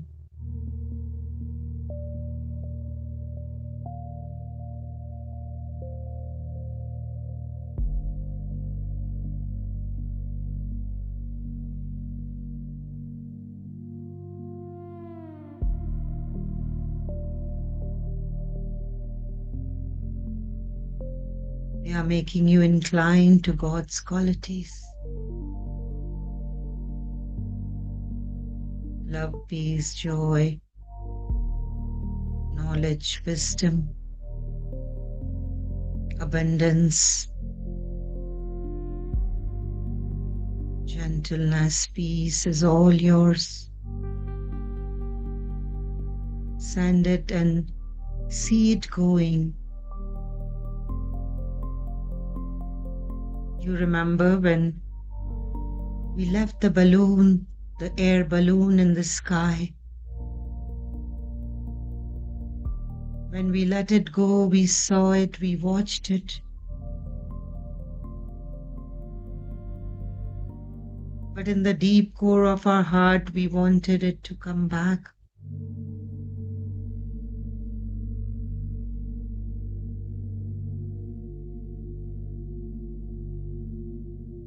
Keep yourself open to receive.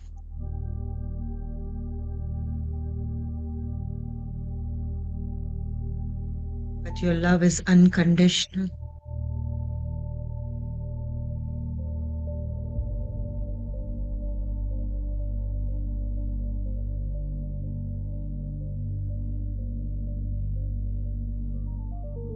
It makes you whole and complete.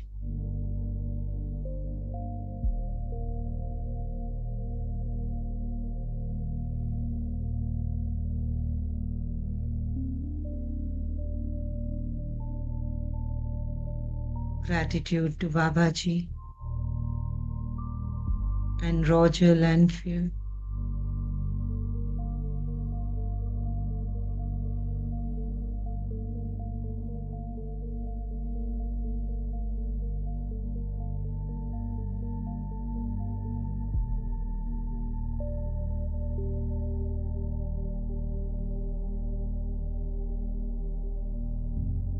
For each word in that book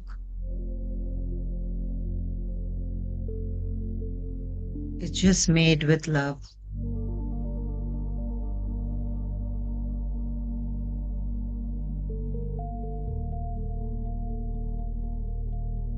So that we can return to that love that we are.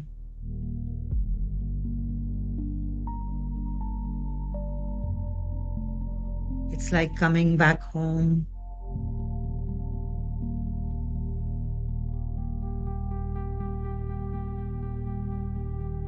with a full house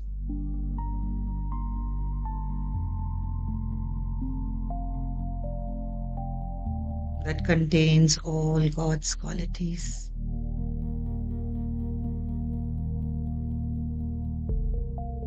Slowly and gradually, taking your time, you may open your eyes slowly, gently.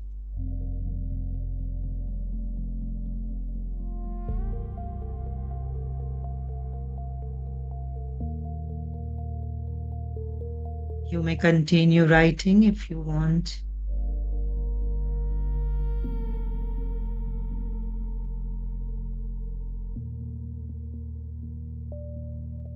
Thank you all for being with me. Thank you. Thank you, Babaji. Thank you, Preeti ji and Salesh ji, for this opportunity and all the masters present here.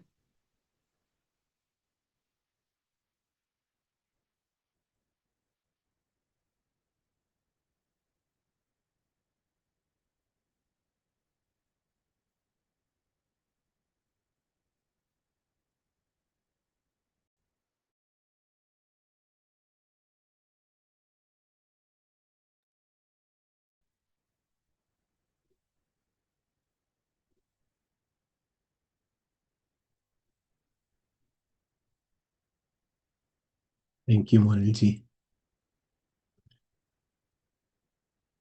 Thank you, Salesh. Thank you. Thank you.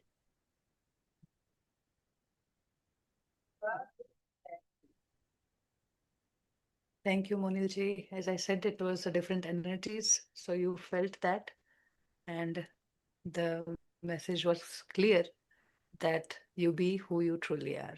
Do not try to manipulate, allow yourself to express whatever comes. It is that simple and easy. Do not complicate. So that's the beautiful, um, easy thing to do today, you know. So after 5 days of practice, I'm sure many of us are from in the group. So just see how this acceptance, how this understanding is shifting day by day, no? And that hesitance, that resistance that was felt initially is now flowing into our reality. So just allow, express, and if you observe your day throughout, you will easily see um, that frustration arising due to some expectations not meeting. When that expectations are not meeting, it means my desires are not fulfilled. It means I'm lying to myself, trying to have a mask of someone who is some godly thing I expect from my side, right? So like the very simple example yesterday in the Hindi group Monilji shared, if there was an extra hing in that dal, you get to listen, you get to hear that this dal is not edible anymore. So my desire was to have a satisfactory, a delicious meal, not a hing or salty dal, right? So that desire is there. That's why the frustration comes that, okay, this is not good. So these are simple things that we can correlate with where my, that state of love is um, no more there.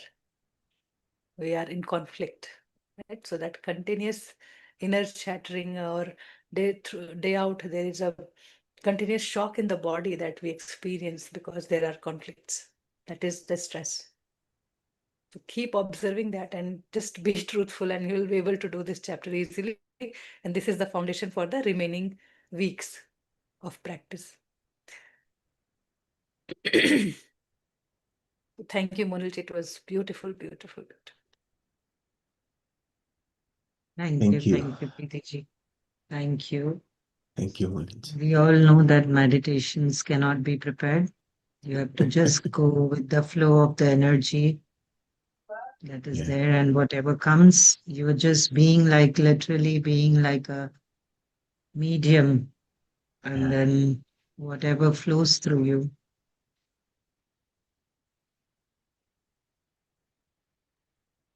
So shall we go through the workbook now? If everyone is ready, I will just walk through the workbook. Okay. Mm.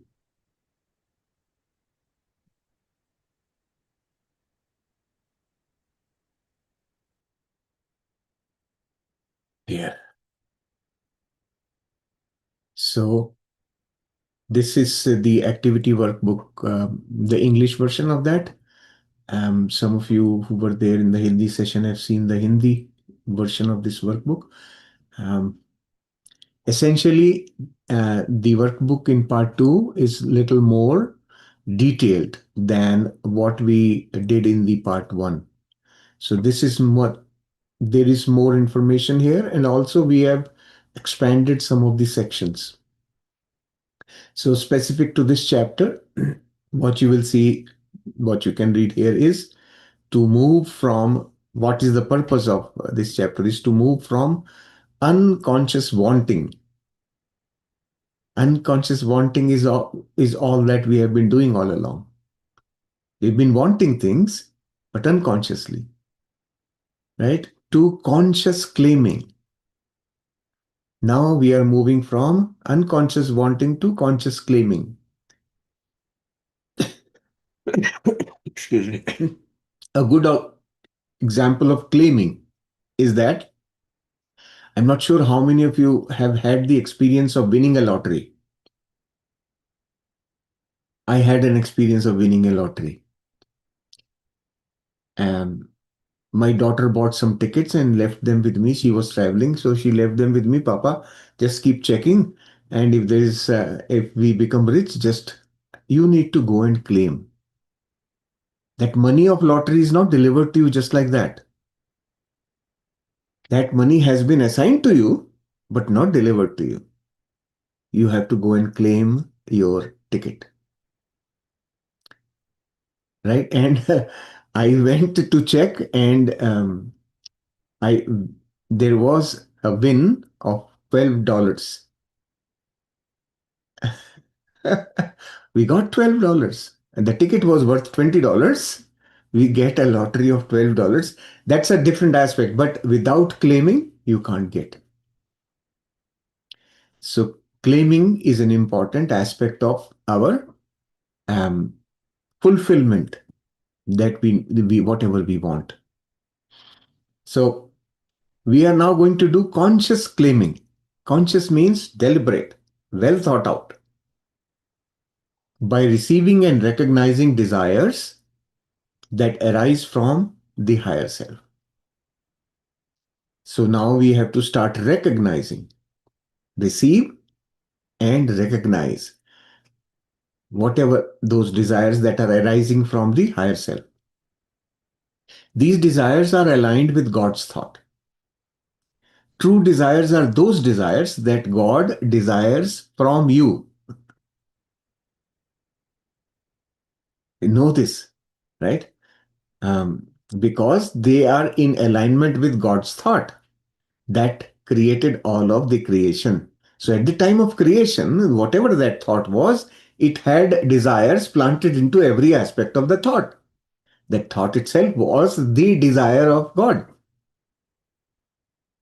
Because of that desire, this universe got created. So everything in the universe is part of that one desire. So when we become true to who we are, we fulfill the desire. So these are the seed thoughts that can lead to your creation filled with God's qualities. So if we start fulfilling these true desires, what are we doing? We are creating things, creating whatever creations we create from such of these seed thoughts will be filled with God's qualities. Why? Because they are God's thought. So your desires are to be fulfilled. Now, he says your desires are to be fulfilled with love, abundance, peace, wisdom, joy, and all the other qualities of God, not just with worldly things. So That's the experience you are going to get by desiring, doing a or fulfilling a desire from which aligns with God's thought. That's the experience you will generate. Your creation will be the experience, and that is filled with God's qualities, right? So we just copied this aspect of the book into this workbook. This was important for us to conceptualize the real meaning of this chapter. So this week shifts you from what do I want, convenience perspective. What do I want is perspective of convenience, right? What, and from there, what are we shifting to? What is already mine to live and express?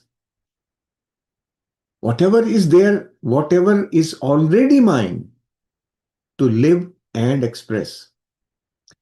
So that is God's all-knowing intelligence perspective. So this is the difference, right? We are moving from one state to another state, and the difference is very clear.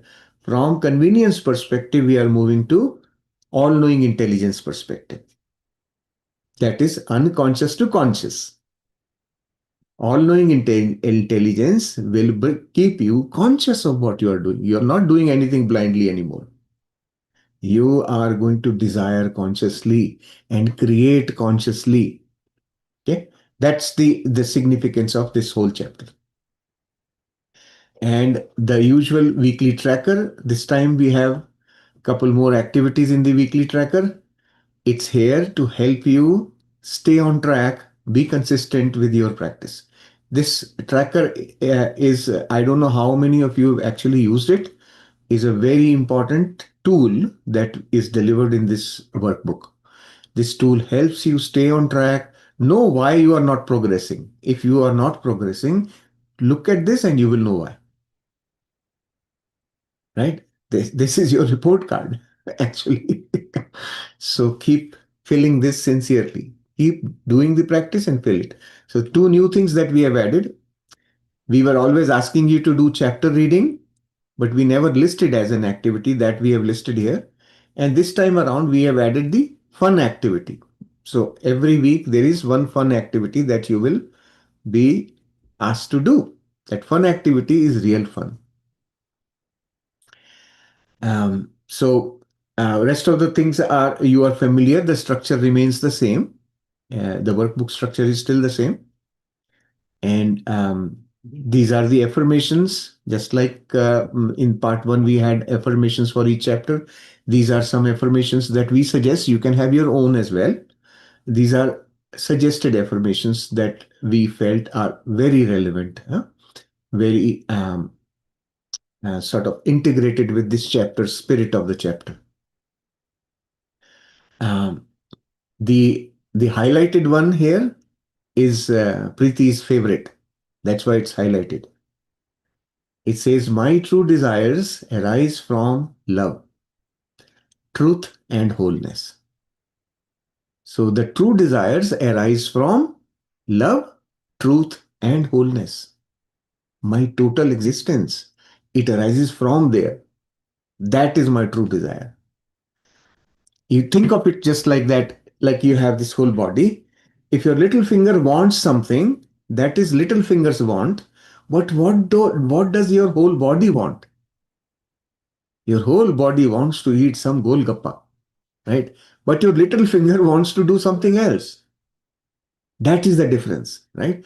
From your entire existence, when you have a desire, that will meet the need of or the desire of your totality, your entirety. So that's what this is, from your wholeness.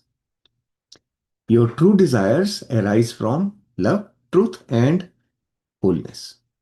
This is really a favorite thing. So when you affirm this as your affirmation, you communicate with your own subconscious that this is what I want. Right? That's the purpose of all the affirmations in general. So you can go through these one by one and take your time, go through them one by one, and maybe, of course, you have this space here to rewrite. Writing actually affirms to your subconscious. When you actually write something, Your subconscious is processing that information um, in the process, right? So writing, the process of writing is reading from the eyes, using your subconscious faculties to write. Writing is an output. Eyes will give the input to the mind, and the mind is going to run it through the subconscious to produce an output. And that output is writing. So all your hand muscles, your movement of the hand, holding the pen, and everything is controlled by subconscious, an automated response of the body. So in order to activate your subconscious, you should be writing. When you write the same affirmation, it goes deep within. That is the importance. So we have enough space here for you to write. You could use the same affirmations or create your own, right? You can write in this space your own affirmations also. And of course, the quiet period practice is little more detailed now. This is like in the part one, our practices were slightly varying, but now you will see a very standard pattern emerging from the learnings of the part one. You will begin to see the quiet period practices will be quite stable. The initial part will not be that elaborate as we explained there, but you will practice it in that same very way, right? Here we will simply be saying one sentence here for you to just center in your heart. But centering in the heart is a process. And if you are used to it by now, if you have practiced enough, it will be as easy as this sentence here. Okay? So sit comfortably, center in your heart, and the whole process is what you have observed yesterday and today through the practice sessions. You can go through it, use this tool for your own practice so that you do not miss steps or you do not do things out of sequence, right? So there is a purpose for a sequence in this. So follow the sequence. There are suggestions everywhere. State your intention. You can have your own intention. um, what you want from the higher self, you can ask the higher self. So these are suggested statements here, which you can use for convenience, but you can write your own as well. It's up to you. And then at the end, you can, as usual, you will close the aura and come out of your quiet period. And then after closing your quiet period practice, write each desire beginning with I claim and write the desire, right? In present tense. So three criteria that we have been told in the chapter: write in present tense. Number two, do not interfere with anybody else's free will. And number three, make it practical, right? These three things have to be the rules in creating your. You can create anyway, but it may not get fulfilled. So to ensure that it gets fulfilled, these three things will make it happen. And then examine your list of true desires, compare it with the list of thoughts you need to correct from your week 7 list. So week 7 list is going to be very important again, right? So keep that handy with you. And these examples we went through yesterday, the examples of claiming true desires, what kind of things you can, these are again common examples that many people will have. You can substitute, modify, or create your own. Doesn't matter what it is, right? And as I explained, your desires can be from vantage point of lower self or higher self. It doesn't matter. There is no should here. Okay. If your higher self is giving you a desire that is coming from lower self vantage point, there must be a reason. So just follow it. Higher self is telling you to make a note, just note it and then claim it. Okay? Have that faith and trust with your higher self. This is the time we are now starting to build that trusting relationship with higher self. So there is some subtle guidance given here, right? We talked about it yesterday. And what claiming really means, again, we talked about it yesterday. This is all written there to help you keep your thoughts in an organized way. thinking organized, right? So the purpose of the activity workbook is that when you are going through practicing of the teachings in the chapter, you stay focused, stay aligned, right? That is the purpose here. And of course, now the fun activity here is um, the names of these fun activities were again very uh, wittingly chosen by Preeti. She, she has done a lot of work in this workbook. I was doing basically the clerical task of it, like looking at writing stuff, but the intelligence part in this entire workbook is from Preeti. So just know that, right? These things are real gem of things for us to make use of. So this fun activity is going to be entertaining. You can do it yourself, and also maybe you want to include your family members to have fun, right? So here, this activity, once you go through the activity, you understand this, that you either keep a actual jar on your table, let's say your dining table, just in the center, keep an empty jar and a pad and pen besides it, right? So that you can make a note there, tear it off, put it in the jar, right? That's the thing. Or if you don't want to do a physical jar, maybe draw a little jar on a piece of paper. You can see the sample is there in our WhatsApp group today. Jaya ji has posted her day one. The jar is filled on day one itself. See how much beautiful this thing is. So, what is the activity? What you are supposed to do? So, the purpose of this activity is to shift from grasping to receiving. Grasping is trying to get hold of something. Receiving is allow it to come. That's the difference between the two. So, we are now shifting from grasping mindset to receiving mindset. Receiving is, remember, when I ask you to pick up something, you can only pick up as much as your hand can hold. But when I ask you to receive, you can receive unlimited. That is the difference. So, activity. So, what activity will you be doing? Place a bowl or jar or draw it on a paper, and throughout the week, now this is not just for one day, throughout the week, write all the small things life gave you on paper slips and put them in the jar. What all the life gave you today, just make, or throughout the day, when you realize, oh, I got this, immediately make a note, put it in the jar if you are at home. Or if you have the jar in your notebook and you have the notebook, just make a note there right away. Right? What kind of things you can note there? A smile. You just received a smile. Right? That's something you received. An insight into something. Oh, this is what it means in the chapter. Insight. Right? You received some rest and relaxation. You got some good food and you felt peaceful. Peace itself is something to receive. Sunlight. Be grateful. The gratitude for receiving sunlight.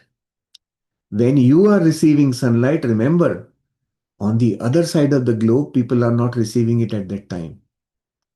You are in a state of bliss.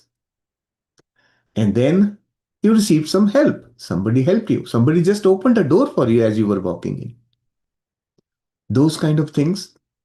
Basic purpose of this activity is to bring your awareness to receiving what you are receiving already,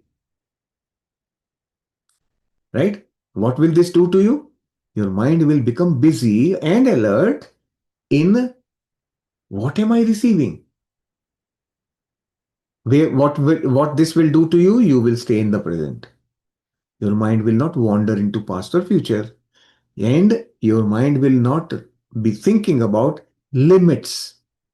Oh, I don't have that. That's a thought which takes you into lacking. When you are in the present, you are observing, oh, I got this, I got this, I got this. You are constantly in that state of receiving. Right? That is the shift for abundance. Actually, this will help in your experiencing abundance in your life. So what you can do, you can have a separate jar for yourself and separate for your spouse or for your children, whoever wants to do it, they can have their own jar, or you can have a common family jar, whatever you want to do. You can engage everyone around you in this activity as well if you feel like, right? That way, they will be participating not only, but also they will shift their own awareness where they are, constantly staying in a state of limitedness or now becoming open to receiving. Oh, I am already receiving. And when you see the volume of this at the end, so what we are going to do at the end of the week, look at the bowl overflowing. Enjoy the feeling and let it sink in your heart. So when you see the bowl overflowing, you begin to then comprehend in your to your mind, you realize how much I am already receiving. Why am I worried about that little thing that I don't have? That shift in awareness is that's the key to abundance, right? So you can try it out with for yourself, and then actually you can continue to do it beyond this week also. Whenever you want, you can continue it and teach as many people as you want. As this is a simple activity, anybody can do it, right? No special skills required for it. And then at the end of the week, make notes. This space here for you to make notes. How do you feel when you become aware of what you have received? So when you realize and recognize, wow, how much have I received? So what is the feeling you get within? Make a note of those feelings. How did you feel when you realize that I have constantly been receiving? Right? So make a note of that. This will help open up your inner sense or inner um, ability to receive. Usually we have barriers, and those barriers will need to be broken. When you have realization, those barriers will fall. And as usual, we have the activities throughout the day, what you are doing. How do you incorporate this chapter's thought in your day-to-day activity? It's just a change in thoughts, right? We are just working with only thoughts. So during your commute, what you can do is gently affirm, what is meant for me is already mine. A feeling of satisfaction. What is meant for me is already mine. You are affirming in the present tense. This is equivalent of a claim. In the present, it's already mine. Whatever is meant for me is, and this is, by the way, this is also the truth. You always have whatever is meant for you, always in your life.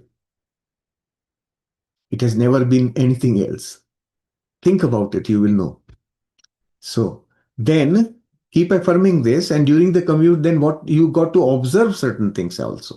As you're sitting there, instead of wasting time in unnecessary thinking, you can start observing around you. Are your thoughts aligned with your claimed desires? This is one of the things you can start observing now. Observing makes you alert, actually keeps you in the present.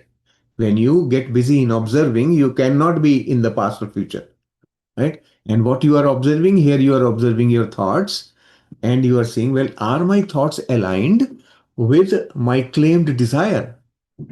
So, say for example, my desire is to have a certain number of dollars or rupees every month, right? That's my desire. Now, what's your thoughts? Are my thoughts aligned with that claim that I'm making? I made a claim that I make $100,000 every month, or whatever number, 100,000 rupees every month, right? Now, that is your claim of a desire.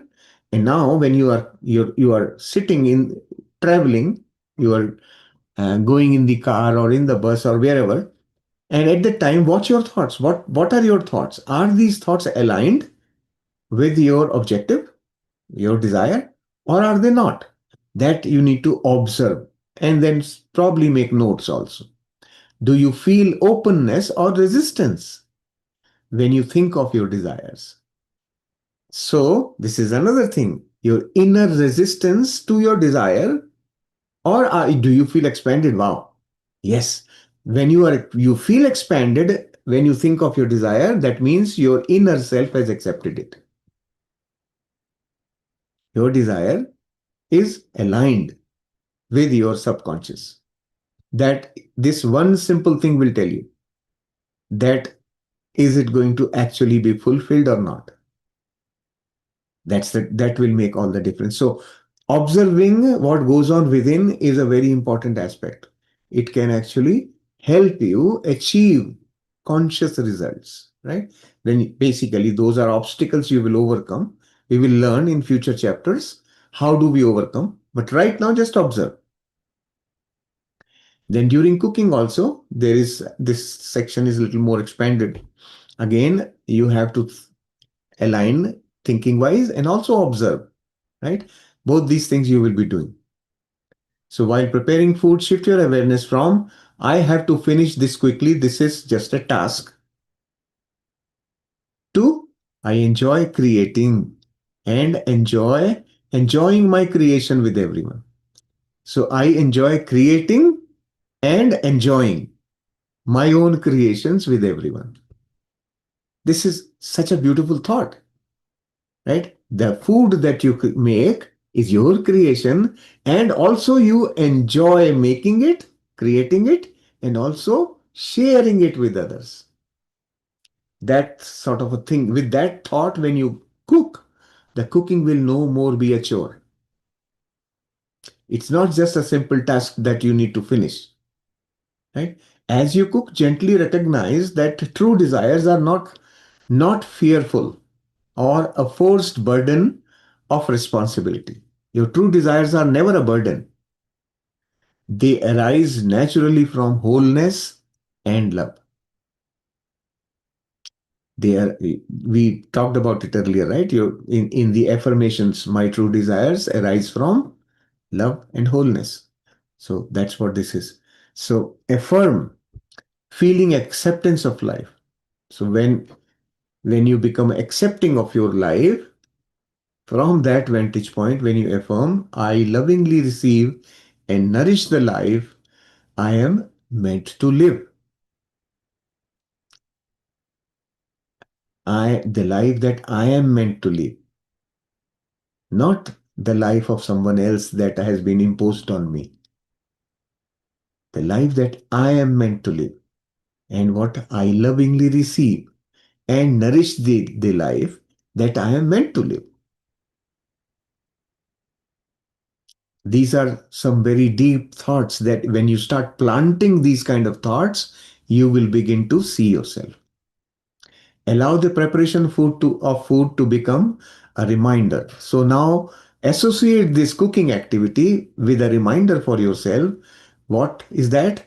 Life is already supporting your true desires in simple and natural ways.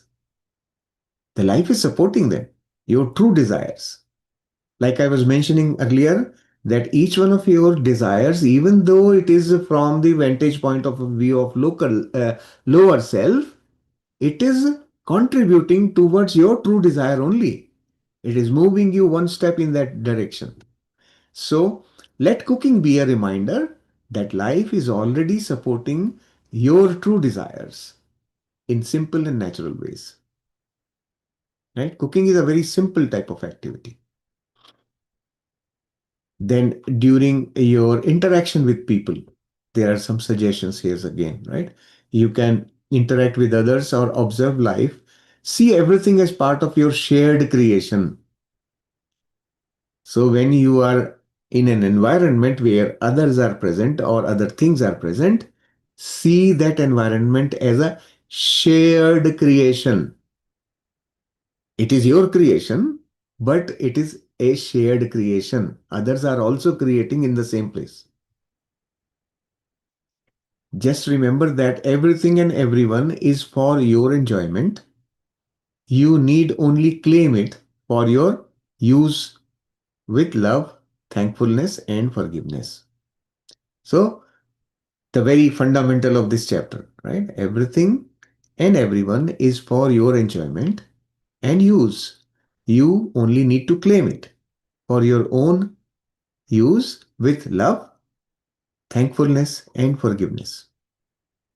Right? So if the neighbor has a beautiful plant and you want to steal a cutting from there, do it. Just do it. But with love, thankfulness. Do it with gratitude, thankfulness. The nature is not owned by anybody. Nobody owns nature. It is there.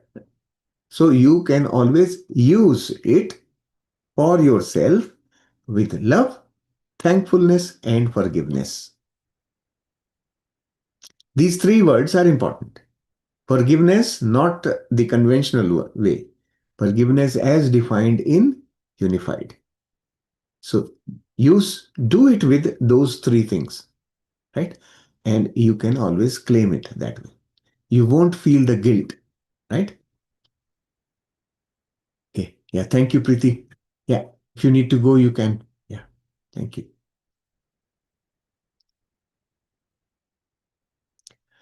Okay. So the, affirm silently and listen to your heart. So when you affirm, listen to your heart. All is here for me to experience love, abundance, peace, knowledge, joy, and all of God's other qualities. So when you affirm this, that yes, everything is here for me to enjoy all these God's qualities, listen to your heart also. What does your heart say? During the day, think, what are the things I am trying to uh, get my way right now? Important thing here, highlighted here. What are the things I am trying to get my way now, right now, right? Am I open to experiencing this moment? Make a note of it. So, am I forcing outcomes or am I doing things in a receiving mode, allowing them to happen? Activity is still there, but pay attention to whether am I forcing my way onto others or onto whatever I'm doing, or am I allowing things to happen? Am I open to experiencing this moment in the present, right? Am I open to that? That making that observation is important, and then make a note of whatever you observe. It's for you. This will help you know yourself. Recognize the desire of ownership by noticing how desire shifts from grasping to receiving. So, still, you may have sometimes the desire to own things, right? Notice them. Which are the cases when I feel like owning things, right? Or when I feel ownership of something? At that time, make note of those things, right? You now, as you are becoming aware, you will begin to lose that ownership thinking slowly and gradually, but notice where it remains still. Make note of those. And of course, then bedtime practice. This is going to be pretty standard now throughout this part two. Steps you are already familiar with, right? And each week there will be one specific thing which is pertinent to that week in this paragraph here, right? Gently revisit. So once you have settled down in the bed and you have done one of the two things, either unification or sending love, once you have done all that, you are in that state of connectedness. And then at the time, gently revisit your desires and feel gratitude, soft certainty, and no effort to make it happen. Don't push anything. Stay in the feeling of fulfillment. You think about your desire and stay in the feeling of fulfillment that, okay, it is fulfilled. Affirming what I have claimed is already alive within me. It's already alive, Within me is a deeper thing. The entire existence is within you. So whatever your desire is already there within you. Feel the love and give a few words of thanks to your higher self for its guidance and love today. Okay? And that's how you close your bedtime practice. So when you go into sleep in that state of having the true desire already fulfilled, your morning will open up in that state. You will start seeing fulfillment of your desires happening in front of your eyes. That's how things become. And this time around, we have added one section to the workbook called Weekly Insight. So for every week, there are some insights that we have presented here, a little bit more deeper thoughts that we have been sharing during talk. We've put some of it here, right? So something to be really aware of. Desire is not lack. Desire is not lack. Desire is God expressing through you as possibility. That's the essence of this chapter. This is the message of this chapter. Your desire is God expressing through you as a possibility. Possibility means it's a seed. You give it the environment, it will blossom into a tree. Right? That's the possibility part. So God wants to express through you. You have to give it the proper environment for that seed to germinate. So these are some of the insights. You can actually sit with each one of these sentences in one of your quiet times. You can have multiple now. Sit in one of your quiet times with these sentences and think deeper within. Go deeper and think, well, okay, what do I understand? Why is it written this way? What is the meaning of some of these words? Then you will start opening up your inner knowing. And then, of course, your daily reflection, thought of the day, whatever you receive, anything, any knowing, any insights, your own insights, just make a note of these. Enough space is given. And then journaling prompts. So these prompts, just like last in part one we had given, these are this time around there are more prompts that we have given, little more to have you go in slightly more detail of what you are doing. Okay, so some of these prompts are going to help you in understanding the concept in a deeper way, and also knowing yourself for your specific way, the way you are. Certain things will mean very different from what it means for me, for example. That's why these prompts are there, to know, open up from within. Well, what is your thought on that? Okay. So what desires arose naturally from my higher self? This is the list that we are preparing. Did these desires feel different from my usual wants, and how? So now awareness is being brought to the aspect that whatever higher self is telling me, is it any different from what I usually want? Pay attention to that. If it is not, write that. If it is, then write that also. How is it different? Okay. Then the next prompt is, did I notice any resistance or disbelief while writing? Very critical. This is the third aspect, right? The third, be practical one aspect. I claim. Whenever you use the word I claim, how you feel within? Is there a resistance? Do I feel shrinking? Do I believe it? All that, those things, just make a note. Note any hesitation with your desires, right? Make a note. Which thoughts from the week 7 list seem to block these desires? Just a very superficial observation, quick observation. In my list number 7, I have some thoughts that need to be corrected.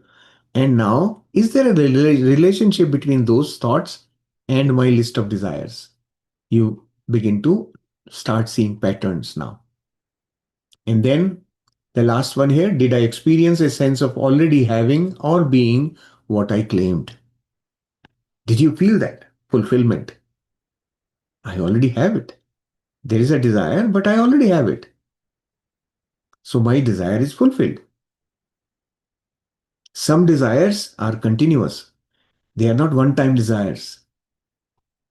Like I shared yesterday, my desire to be a teacher is a continuous process. It doesn't stop one day, it doesn't end one day, but it keeps on getting fulfilled as long as I am here. So know that desires are not one time things, they can be continuous as well, lifelong, right? So this is the workbook. Explore it, use it to the best. This is a wonderful tool that will help you know yourself better, document what you are going through.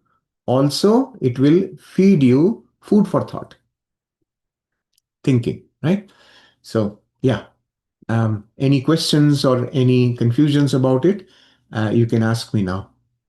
Just let me know. Monilji, it's quite late for you also. So, in case you need to leave, please take care. Anytime you want to leave, you can. Right? Yes, yes. Yeah. Thank you, Saleshi. Yeah. Don't Yeah. worry. But Thank you. I'm still not that tired or sleepy, so it's okay. I Thank was you. also going through this Hmm. activity workbook with you. Hmm. So the Good. last that you asked, I shared before the example, if you remember that my husband was asking that the property that we owned is not doing anything, and he really wanted to. Uh, He came up with all the market views and all the disappointments and everything.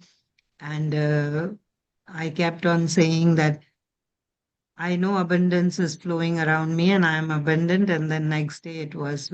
So this is what I wrote in that, uh, the last part of it. yes. That I Yeah. know that it's there. I have to just claim it. Exactly. We Mm. have to claim it. And The I lot. always feel, yeah, when I Yeah. was working that time, I had my salary coming, so I was very confident that I can buy anything. And so when I left my job, I was asking myself that day that I'm still feeling that same abundance. I never felt like I said, no, it's there, I can buy anything. So that comes to me every time that I have enough and I can buy anything. So even Excellent. uh, the expensive things, I don't think twice Yeah. to buy. Just buy, it will Yeah. come. Mhm. My S- husband gave me new uh, credit card yesterday, and uh, so I now you wrote to have him, now you मैंने have the मुहूर्त कर bank. लिया. Now you Then have the bank. I was saying Uh, that I said I did the inauguration of the company. very He good. said, "You are very fast." I said, "Yeah." Good. This is abundance, actually. Yeah. Beautiful. Good. Yes. So, Ajay ji, I have not yet read your note because when I woke up, it was time for me to start preparing for session. So later after the session, I'm going to go through it. And as I'm hearing from everyone, it's a beautiful piece of your work. So we are very grateful for your contribution. We these are these this also encourages us as the admins or running the program that our participants are actually um, benefiting from the work we are doing. That is an encouragement for us. Like it feels so good when I see your sharings or sharings from all the masters, and you of course have abundant knowledge with you, which you pour into what you share. So that's such a lovely contribution we all receive. Thank you so much for that. Yeah, yeah. So Sunanda ji wants to say something. Yes. Uh, Namaste, namaste, Namaste, Sabiko. namaste, Yeah, namaste. just now Just now Monilji was talking about credit card. I can vouch my experience about that. The moment few years back I got the credit card, Monilji, I got my moksha. Never I see how much I'm paying. I just like something I buy. So getting the credit card, getting a wife, that I can vouch. And another thing also, Shaileji, I wanted to, that you were telling, no, whatever you want, nature provides you. It struck to my mind, in our ashram, Puri ashram, there are mango trees. So never we have gone in a season. Maybe we have gone in some summer season, but that time it was not ready to give fruit. Okay. But always I look at those mango trees and say, oh, how much mangoes, they must be giving during the summer. How is the taste? What? You won't believe, Shaileji, after few years, like this year in summer when I was in India, I didn't go to ashram because Guruji, whenever Guruji is not there in ashram, the ashram is no, it is not alive. So I was there during that time. So, but somebody went for some work. Okay. So evening time, he's telling, Bhabi, I got mangoes from your ashram. You take. You won't believe, Shaileji. That was, few years back. Anytime I go, I look at the mango trees and thinking about the mangoes. Never, even Ajay didn't get to taste it because he was here in Dubai. I had those 3-4 mangoes, so nice. And beautiful mangoes, tasty and beautiful, sweet mangoes. So I wanted to, yes, nature really provides. And even another 1-2 experiences I have like that. So, but this is very vivid because recently it happened. And that was very unusual for me from ashram. And that time I myself did not go. So It through somebody, it got delivered. It got yeah, delivered. it got delivered. Yeah, Right. Shaileshji. Is really the chapters. I don't know what I have wished or what, but the clarity it gives, and that too, like Ajay told, oh, you have wished for that. I said, yes, I want that. And whatever it is, I never think it is contradicting my, whatever my higher self must be thinking about me. So I want that. So it is okay. I have written whether it happens, not happens, so many things not happening, but we are not dissatisfied. So just wishing for something, you don't have to pay anything. Yeah, of course, the consequence, what you are wishing for. But the clarity has come, and your expansions, super, very nice. It is giving clarity actually, and everybody talks about Ajay. I am also yet to read, so I'll read that. And today also, Monilji's expansions and meditation, superb. Very nice. Thank you, Very good. Monilji. Lot of Thank you. gratitude. Thank you. Lot of gratitude to you Thank you. also, Shaileji and Thank you. Preetiji. Preetiji is, Thank oh, you. I can't. Thank you. Thank you. Thank you. Thank you, Sunanaji. So understand that the nature is learning from Amazon. They have started home delivery. Yeah. Everybody receives at home. However, you have to first order on Amazon, right? So claim is important. We need to Yeah. learn to claim. When we claim, we receive. Thank you. Yeah. Thank you, Thank Sunandaji. you. Thank you. Yeah. Yes, Ajayji. Thank you, Shaileshi, Thank you. Thank you. Atmabandan and all the masters. Yeah. Yeah, sometimes, spiritualism falls into place. But the challenge is, I feel, is because whatever we are doing it, we are carrying on with the body, mind, and intellect. which is a lower self. So it has its own pulls and pushes. We know what it is, but then even if you know, innumerable stories are there why people last moment, small mistake, and you pay a heavy price because there you know the consequences of a mistake. So that's why sometimes it's a challenge. Sometimes because you find, oh, that fellow, he did so much, nothing happened, and I didn't thank, and then I fell down. So it happens because you realize when you make a mistake, wow, you did it, and but so what I'm trying to say is, body, mind, intellect has its own also charm. It has Oh, pain, yes, or it absolutely. also has charm of Yes, its own. yes. Oh, yes. And we are standing on that and looking at the moon. Yeah, moon looks beautiful. Everything is hunky dory. Yes, But yes. yes, challenges are every moment it can come. Yes. So that's why this sort of satsang, listening, sharing experiences, and this actually reminds us at every moment. Oh, because you don't remember the teachings, but oh, that day Shailaji said, that day Maniji said, that day, Kavitaji said like that. Yeah. She said like that. That small things, it gives you like a road map. Oh, okay, this is how far, not that beyond that. Yes.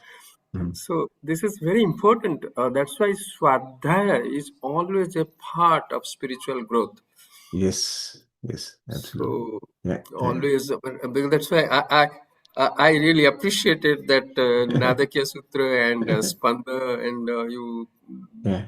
read it, and Yeah. I was very happy of it because Mm. because it is because every religion, every philosophy, even in science, from awareness to creation, there is a gap because there are two different streams. It has Mm. nothing to do connection there. So that's why all the speculations come.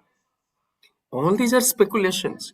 Mm. In your language, if I can borrow it, these are Yeah. all speculations. Nobody knows Mm. how creation came. Right. But then, because you have to fill in the gap, I'm going to walk the path. Mm. So I want to make sure that I put all the bricks in the way I have seen things. Yeah. So all these are speculations, but Yeah. the fact remains that if this is such a beautiful, intelligent, Mm. interdependent uh, creation, there has to be a creator. And so we put that, whether you put it God, you put it X, or whatever it is, it doesn't matter. But there is an higher intelligence, and that's the beauty is, and that is you.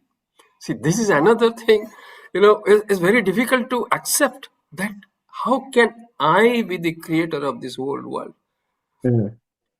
But then when you logically, rationally go through the logic of the people who have walked the path, then you realize, Yeah.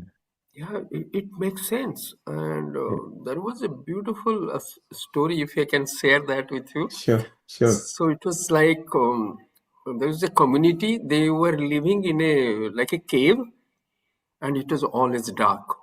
Mm. So some people thought, how can it be? There must be something beyond this. Is it there? So 4 or 5 of them, they try to break away and just see if something is there beyond this cave. And they couldn't. And one of them, luckily, he pushed ahead, and then he came out of the cave and he saw this whole creation, the light, sky, and the sun, and everything. And then he he was enjoying. Then suddenly he remembered how happy others will be there if they can also come out and see this beautiful creation which is beyond our cave. And then he went inside and then he started telling them. They said, this fellow has gone crazy because we left him alone. So he must have gone crazy. Yeah. Whatever he said, they said, some people believe, some is there. But then he said, okay, you come, I will take you there. So he took one or two, and then at least one fellow survived with him, and they went and they saw, and they, two of them, they came back. And then whatever he said, the second fellow now said, yes, I have seen it. Then it's created interest and everything. This, our spiritual journey is exactly like that. So, Shailesh has seen it, Prithvi has seen it. They come back, they say that, oh. So we don't believe. It's very sometimes very difficult. How can it be there when I don't have the money for the tomorrow to buy a cup of tea? And then Shailesh is saying that the whole abundance is creation's abundance is yours. Oh my God, Shailesh ji must have taken something. So that's why its journey is a very challenging one, Yes. but because it is our own real nature, so that's why it is easy for us to identify ourselves with whatever may be the circumstances, the conditioning of the mind, but because it's my true self. Like I give you all of the example, like that to remain healthy is my nature. So when I fall sick, I want to get out of it. I don't know why, but I am uncomfortable. I run. Yes. So take some medicine, take some advice, whatever it is, because to remain healthy is my nature. So Right. similarly, to remain in abundance and love is my nature. Correct. So then when we can catch that, then the road opens up. Yes. People come, Guru comes, Yeah. the scriptures come, the messages come, Right. things fall into place. Yeah. But definitely it is a walk of challenge. Definitely. It's a walk of Yeah. challenge. And Yes. you need that hand of support and the kind of support Shaileji, you and Pritiji and all the masters are providing is one has to have that grace of the Lord. Without that, it's not possible. That out of 8 billion people, if few are getting this sort of support, Yeah. it's out of Lord's grace only. Yes. Thank you, Shaileji. Thank you. Thank you. Thank you. Yesterday, when we were working on the English version of that podcast, when you listen to the Hindi version and English version, there is difference. You will see, right? And both are equally good, right? But there are differences uh, because the reference material is extensive. It's quite big, and that's why when it is summarized several times, different things will come out. So as we were working on that yesterday, Preeti and I, we spent some time to create that.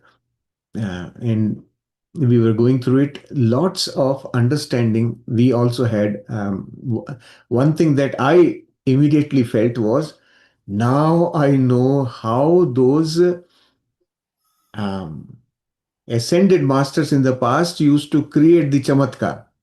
Yes, absolutely.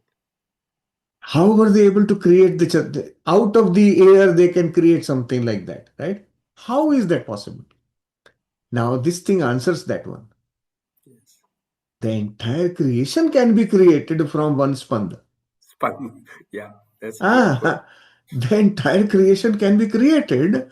Why can't they do it? They have now learned, they have understood the concept of creation. They are connected with the spanda, and now they can create anything they want, anytime, anywhere, right?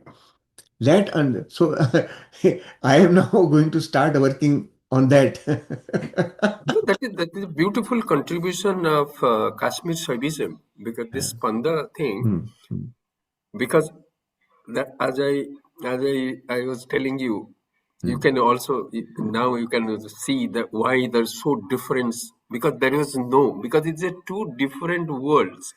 So how from one world you can find out how the other things came into picture? There is nothing. There's no Yeah, bridge there. right. So that's why sometimes also they said that in self-realization, the last mile, that this jump, Hmm, you need also the grace of your guru hmm. or the God or something like that, because from the finite you want to go to the infinite. It's not possible. Finite can never take us to infinite. Right. Because we are infinite, so somehow it will come, because it's my whole nature. So that's why it's helping in the process. God will send somebody to help, but that is possible. But then it's also net awareness by itself cannot know anything. You need awareness to know. To know is an act. Yes. Awareness is a noun. Hmm.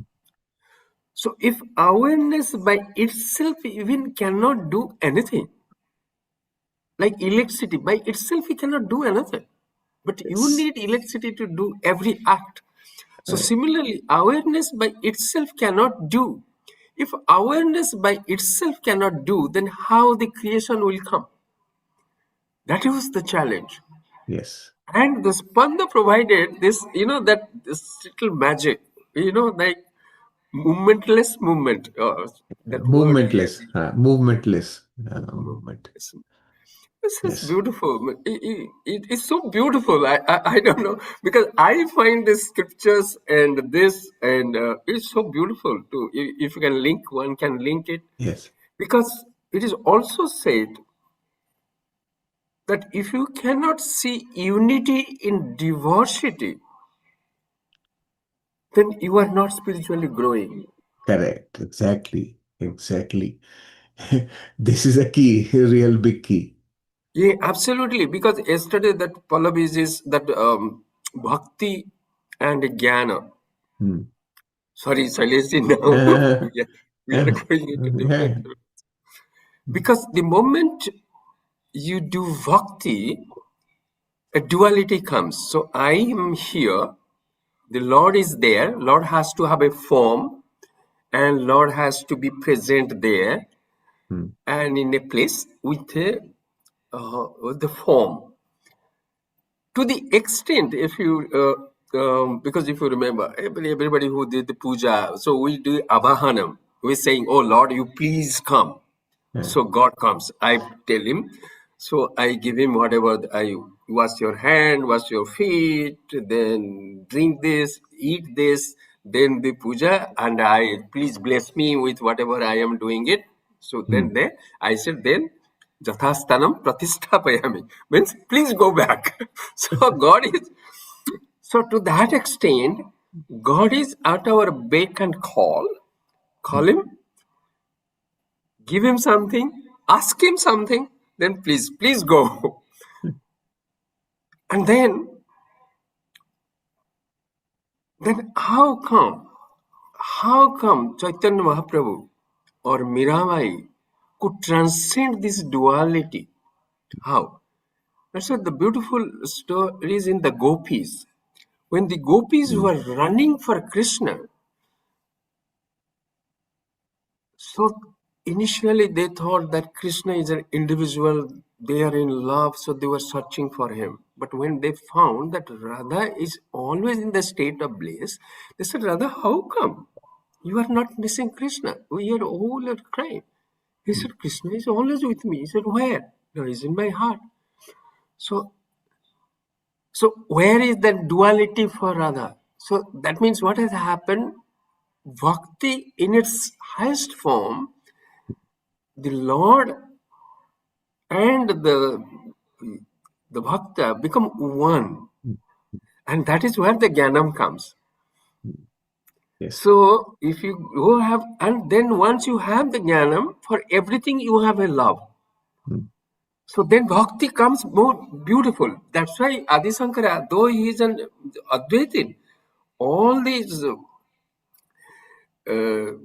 praises in Lord Shiva or everything, he has written. Where from it is coming if he is not a bhakta? He was an Advaitin. For him, there is no duality, there is no God. So at the highest level, the bhakti from separation to it becomes one. To the extent Narada was also searching for the Lord. He said, How come? How come you are searching? I am searching for it, and Radha has already got it. And they said, Radha, because why? Because you are searching, because then means you are thinking that he is separate from you. Then another beautiful story is there when the Radha was very jealous of this Bansuri. He said, Bansuri, I am so jealous of you. Hmm. Why? Because you are touching the lips of my Krishna and I cannot even touch his body. Hmm. He said, You do not know. Inside me, I am totally hollow. So I have just surrendered myself totally to him. And so he is doing whatever he wants to do with it. That means if you clean up the whole thing inside us and listen to Unified and Shaileja, like Bansuri, we will be playing the tune of Unified. Thank you, Shaileja. Thank you. Thank you. Thank you. Yeah. When we become the instrument, the God expresses through us. That is the message. Right? When we become the instrument, God expresses through us. And God's expression is always Beautiful. love, joy, peace, abundance, right? All those qualities. Thank you. Thank you, Ajay. Thank you. Uh, Jasmeet ji, you can unmute. Yeah. Mm. Yeah. Akuman Saleshi and all the Wonderful. masters. Wonderful. Saleshi, in the book on page 67, Mm. um, when the third, basically the condition when we claim. So Mm. this is, I claim abundant wealth. It's a second last para. Mm. I claim abundant wealth in the form of $20,000 or more each year. Mm. This is believable.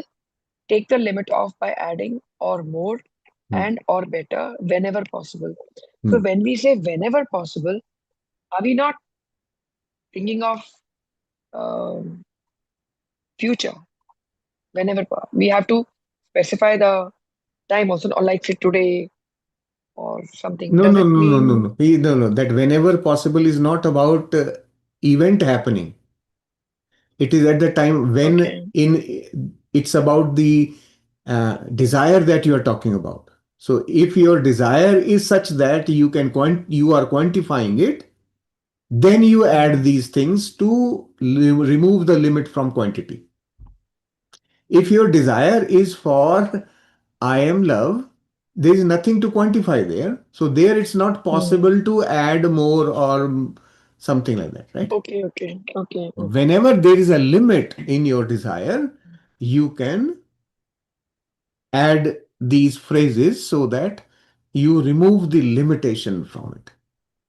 It's Mm, essentially, he is drawing our awareness to our limited thinking. okay. Yeah. Instead of 20,000, if there was a number that was $10 million, it will not be believable. Mind will not accept it. So he says, instead of putting $10 million, what I can do is I can put something that you are tricking the mind.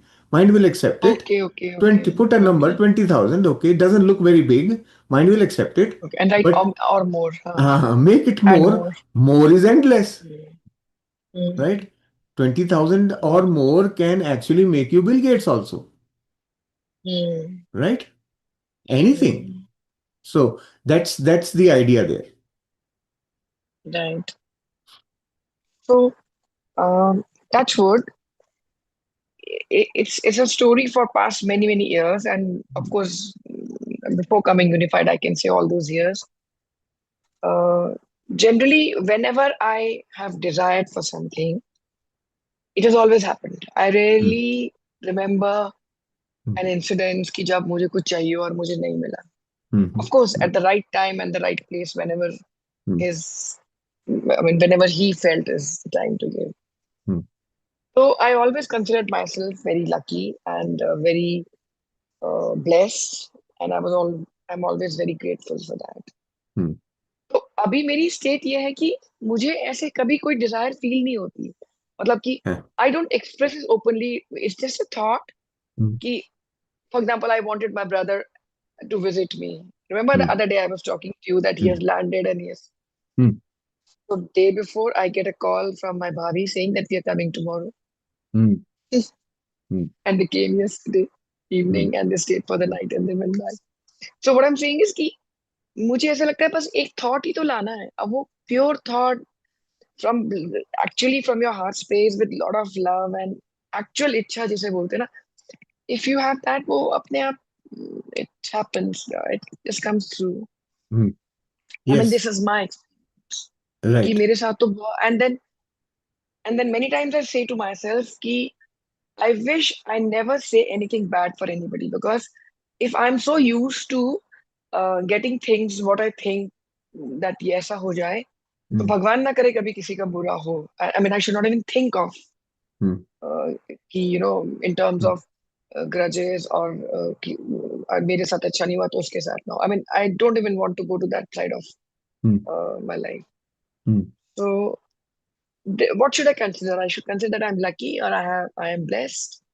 मुझे तो ऐसा कभी Dzire होती नहीं है, मतलब हालांकि ये पॉसिबल नहीं है. वासनास तो we are full of it. अगर नहीं होती तो फिर ये ह्यूमन बर्थ से मैं तो लिबरेट ही हो गई होती, बर्थ एंड डेथ साइकिल से, because it is not possible कि आपकी डिजायर्स ना हो. बट मैंने जब भी कुछ भी सोचा, for example I always wanted that before we retire, we must move into our own house. I used to see people retirement के बाद भी, they are struggling with so much of luggage. अभी घर नहीं बना, अभी वो नहीं हुआ.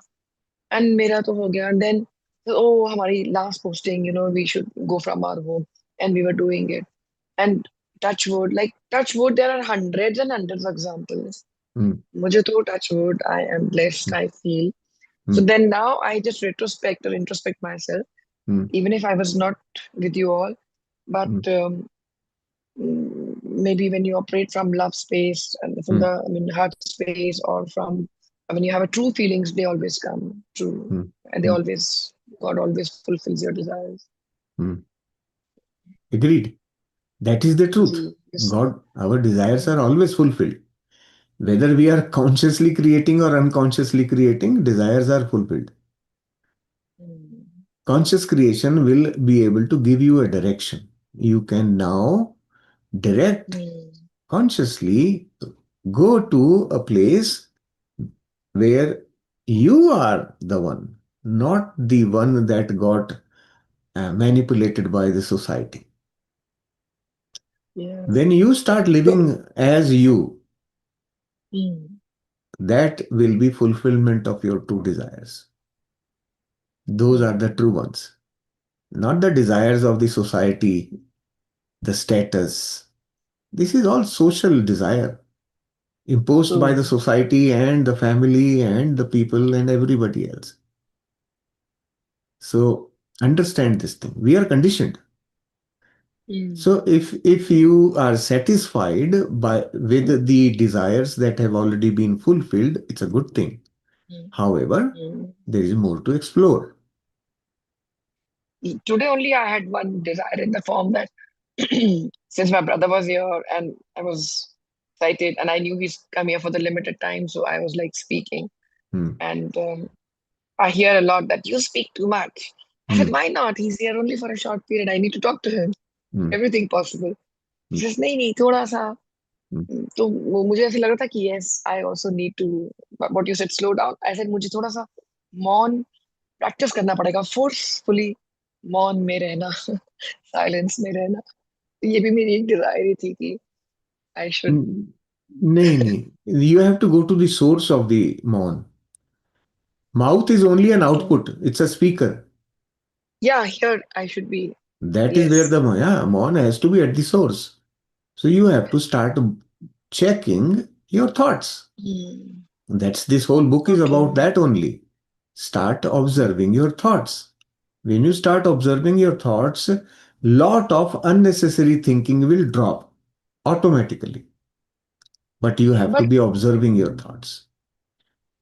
Plenty of yeah. unnecessary thinking is there all the time. There is no second opinion on that. In the book Hmm. also Babaji has written, you will be thinking anyway. So why not think of things that align with your primary purpose? Hmm. So True. we have to So start shifting awareness. मेरा बहुत मन करता है मैं विपासना में जाऊं. Though I have practiced Mon, like when I did that Shri Ravi Shankar wala course, the second step, they observe Mon Vrat for 2 days Hmm. in their camp. Like I have done all of these, Hmm. and basically in search ki, basically I was curious ki what do they teach, how do they teach, how Hmm. things happen. So सब कुछ किया है. So, Uh, of course, those were the 2 days when we didn't speak, except in the night when they have a kirtan and a hmm. sing, then everybody sings and rejoices together. तो मेरा बहुत मन है विपासना के लिए जाने का. I'm sure ये desire भी पूरी होगी. And does it happen that you being the same person, your behavior is different with different people? For example, when my son is here, younger one, and he speaks very softly and very less, वो पूरा duration जब वो होता है तो मैं भी कम बोलती हूँ. Hmm. मैं भी बहुत ठहर जाती हूँ. लाइक ऐसा था किसी की कंपनी में you Hmm. Start you know just to make the whole atmosphere same and easy type. So I've noticed this Hmm. whenever he's at home, we all slow down, we speak Hmm. less, we Hmm. what is necessary only. Hmm. And उसके बाद फिर I'm same with of Hmm. course with if I have to talk to maids, I have to talk to Hmm. give directions or get the work done, then it's a different world altogether. So it's like same me, but changing with different people and Hmm. on different occasions. एक वो stability वहां पर भी लानी होगी कहीं. लानी होगी नहीं. As long as you are so well settled in the mind, stability will not be there. Cannot be. That's the nature of mind. You can never stabilize inside the mind. And you are very deeply settled in the mind. All your thinking, all your talk is about outside only. Notice it, know your thinking, right? And then you will begin to understand, well, okay, why is this chatter there? That's what will show you the way within. Right now, you are skimming the surface. You are just eating the malai from every vessel that has milk. Shri Ravi Shankar. You will go to Vipassana also, it will do No, nothing to it was you. ages ago. Yeah, It was whenever. ages ago. That's So what it I'm was like saying. 15 years ago when I did Doesn't that matter. course. It doesn't matter when, but you When I simply just skimmed started, the surface. uh, You just skimmed the surface, right? And anywhere you keep skimming the surface of any number, it will do nothing to you. yeah, obviously, I agree. Right? So will Vipassana be. Know that, right? While going in, you should know that for 10 days I will be silent, but after that I will be back to chatter. This is what will happen. When you skim the And if surface, you do not actually experience it. mm, It is think about it. Like let's say, think of Nainital, right? Every visitor says, "Oh, what a beautiful place it is." Go start living there for 6 months. Go deeper. Then you know the reality of Nainital. This is what is the meaning of skimming the surface. Everything is beautiful here. Grass on the other side is always green. Go stay there. Go stay, live there, be a part of that environment, go deeper. And then you start seeing, oh my God, this is a problem here, that is a problem here. Oh my God, during rainy season, this is what happens. All those things will surface. That is the purpose of going deep into something, right? Then when you go deep in one thing, remember, you are getting very close to the destination. Then you don't have to choose another path. You don't have to look for anything else. Once you start going deep, that itself takes you there. Why do you need to go back and traverse another path to the center? That is something, it will come only by experience. Your true desires, your superficial desires need to be fulfilled. That's what I was saying. Don't worry about what desires are coming. Let them be fulfilled. Because you have a big bunch to be fulfilled. Once that gets fulfilled and you have nothing more left, you will dig deeper. Okay, let me find more. Where is it? That's where you will start surfacing the truth. So this is a process. You have no shortcuts. All of us go through that Yes. process.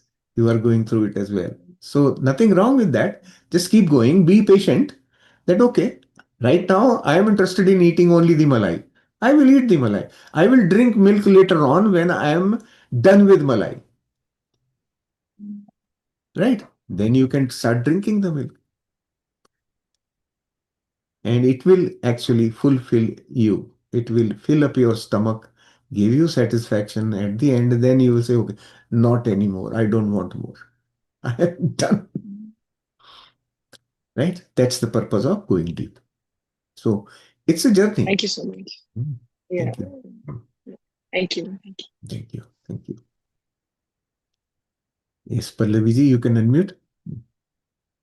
Morning, Chiraji. Mm. Uh, this applies to me as well. Yesterday only you told me. Mm. Okay. So today it was a very, very nice, contemplation. Ajay ji has written. I have just gone through it, and then mm, Moni ji has done very nice Mm. meditation, and both of you, the words, each and every words actually it Mm. clicks, you know. Mm. So, and thank you for that video also. So I was trying to contemplate, like, what it was saying, and as it was nicely actually put it, and then it is then to understand how you create it, for someone to, yeah, okay. So you are the creator, as Ajay ji rightly said it. Mm. Actually, I wrote a one page for you. And then in the afternoon, I thought of taking a picture and sending it to you. And then again, I kept in silence for some time. Should Mm. I? And then or not? Someday I will show you somewhere. I don't Mm. know when. But then it came to me. It is like as you said, the journey is beautiful, and as you go. So it is for all, right? And when we see, because from my point of view, was earlier like self-realization as the it is now unfolded, right? That it is important who I am. Then only one can understand truly what it is, or on that journey, the real true desire I'm talking about. The rest of, like, okay, we can keep on going, as you are saying, as per the chapter we can write it, and then it will keep on getting changed, and then we will come somewhere. I'm talking about from the true seeker's point of view. So yes, so what I said, like, when you are seeking, and nicely Ajay sir has written, then I, because it was so difficult for me, that sentence was also there, like, it is written, to have a balanced relationship, and abundance and joy, nothing wrong in that as well. But the maybe what was obstacle was, here I am thinking of detachment. How this sentence will give me detachment? In fact, I am seeking in the relationship only to have balance and all. That was the things, like, and then he has written many of this affirmations. Then it clicked inside that, yeah, this is abundance, like, and it is there. Mm. Then that you can claim, as you also said, like that you can claim. Even for fearlessness, yeah, but love is there, fear is not there for anything. Mm. Yesterday also I talked about that love, Mm. bhakti, and love. What I meant it by, when you have something strong to incline on, even it has been asked you to leave your body. That point of view, from that perspective, I was talking. Like, if I'm putting it in right word, like, it, because whatever what I feel is, yeah, of course you are enjoying everything. Today also Monil ji has put the example of Patri ji. We have seen many enlightened beings. They afterward, of course, they see in everyone the same thing, that yeah, everyone is at their level, and from that compassion comes. Yeah, they will come out, and that's why they are not forcing anyone, because they know every beach has to come out whenever, it has to flower whenever it the time is. They are not forcing, even you are not forcing. I'm seeing in you also that so there the thing was like, oh, okay, that compassion, when they see in everyone, like, that no force is there. So Mm. first they know their self, no, this. So my point was that only, that, and this chapter somewhere, when he actually asks these questions and contemplate it in nice way, then this question has to come up from, to whom the desire is coming from, whom. That was my question. This Mm. is now I feel it in a right place today. Mm. Like, yeah, then you can, totally understand it is coming from higher self or lower self, and you be in higher self at the all time, then there will be never a problem. It is, and that's why Preeti ji has done all this practices very nicely, because she was keep on emphasizing on that this is the base for the next chapters coming up. So I totally understand today that Mm. um yeah, each one has their pace, each one are coming up, but that thing was bothering me, like, yeah, that's that was cleared out today. So yeah, thank Good. you. So Thank you now so you are much clear, for right? Now yes, you very good. very much. As long as you are clear, that's what I am here Yeah, for. Yeah, yeah, yeah. Okay. yeah. Thank you so much for this satsang. That's why I said, Thank because you. yeah, there can be some kind of things like you carry, like to be in that state is the challenge. Self-realization also, at one point I feel that okay, you get the glimpse, you understood, but then to be in that state is very difficult. So let So me give you an that's what I example. practice. Yeah. Let me give you an example just to understand this thing. When you want to learn swimming, Hmm. you can first you what you will do is first you will attend a theory class where somebody will tell you the principles of how does somebody float, how does something float on water, how do you now stay afloat, all kinds of theoretically somebody will explain to you, right? Now you have done all the theory. Can you start swimming? You cannot. On day one, Hmm. when you go and You have to stand learn. in the pool, Yes, of course. when you stand in the, you cannot say that, oh, I will learn to move my hands and legs lying on the bed and then I will be able to swim. Without entering the water, you cannot experience the buoyancy of water. You Hmm. have to go and get into the pool first. And first time when you get into the pool, you will go through some internal changes. Hmm. And then you will do one or two accidents and learn from there, practice more and more and more and more. It's a process. Yes, yes. Each time you do something, you learn, incorporate, move forward. Learn, Hmm. incorporate, and move forward, right? This is the way Right, to our evolution also. right. We are evolving. Nobody is born, evolved on day one. Nobody. Yes, Even yes. Buddha was not, right? Hmm. They were on a journey, and in the process, they were learning, experiencing, and growing. And one day they said, well, okay, now I can see, now I can realize. It didn't happen in one Hmm. day. It happened after certain amount of processing that they went through. And that's the Hmm. path. This is why we call it a path. It is not Hmm. destination. Hmm. We are all going through the path. We are learning and growing and learning and growing further, more and more and more and more. And at some point in time, you start becoming wider and expanded. But still, Hmm. the process has not stopped. Yeah. My process is still going on. All of us are like Yes. that only. No. We are still Yes. No one can continuing say to that I'm learn everything. Like exactly, right? it stops So, evolving. Yeah. yeah. So just be aware of that. Know that this is Yes. what it is. My state today is better than yesterday. That's it. Hmm. I have moved one step forward. Perfect. So let me be focused on what I am learning today so that I can be one more step tomorrow. One step at a time, Oh. and you will not realize how quickly you reach. Hmm. When we started this group 5 years ago, 4.5 years ago, we never thought that we'll be doing all what we are doing today. No. We were Hmm. thinking maybe 5, 10 people we will teach meditation every week. That's it. That's how Hmm. we started. Oh. And you Yes. see, and we had never thought of a YouTube channel. Never.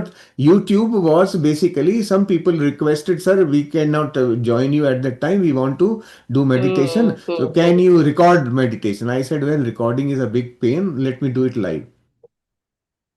So we started doing Hmm. live, and that's how YouTube channel got created. And today that channel has 1,200 videos.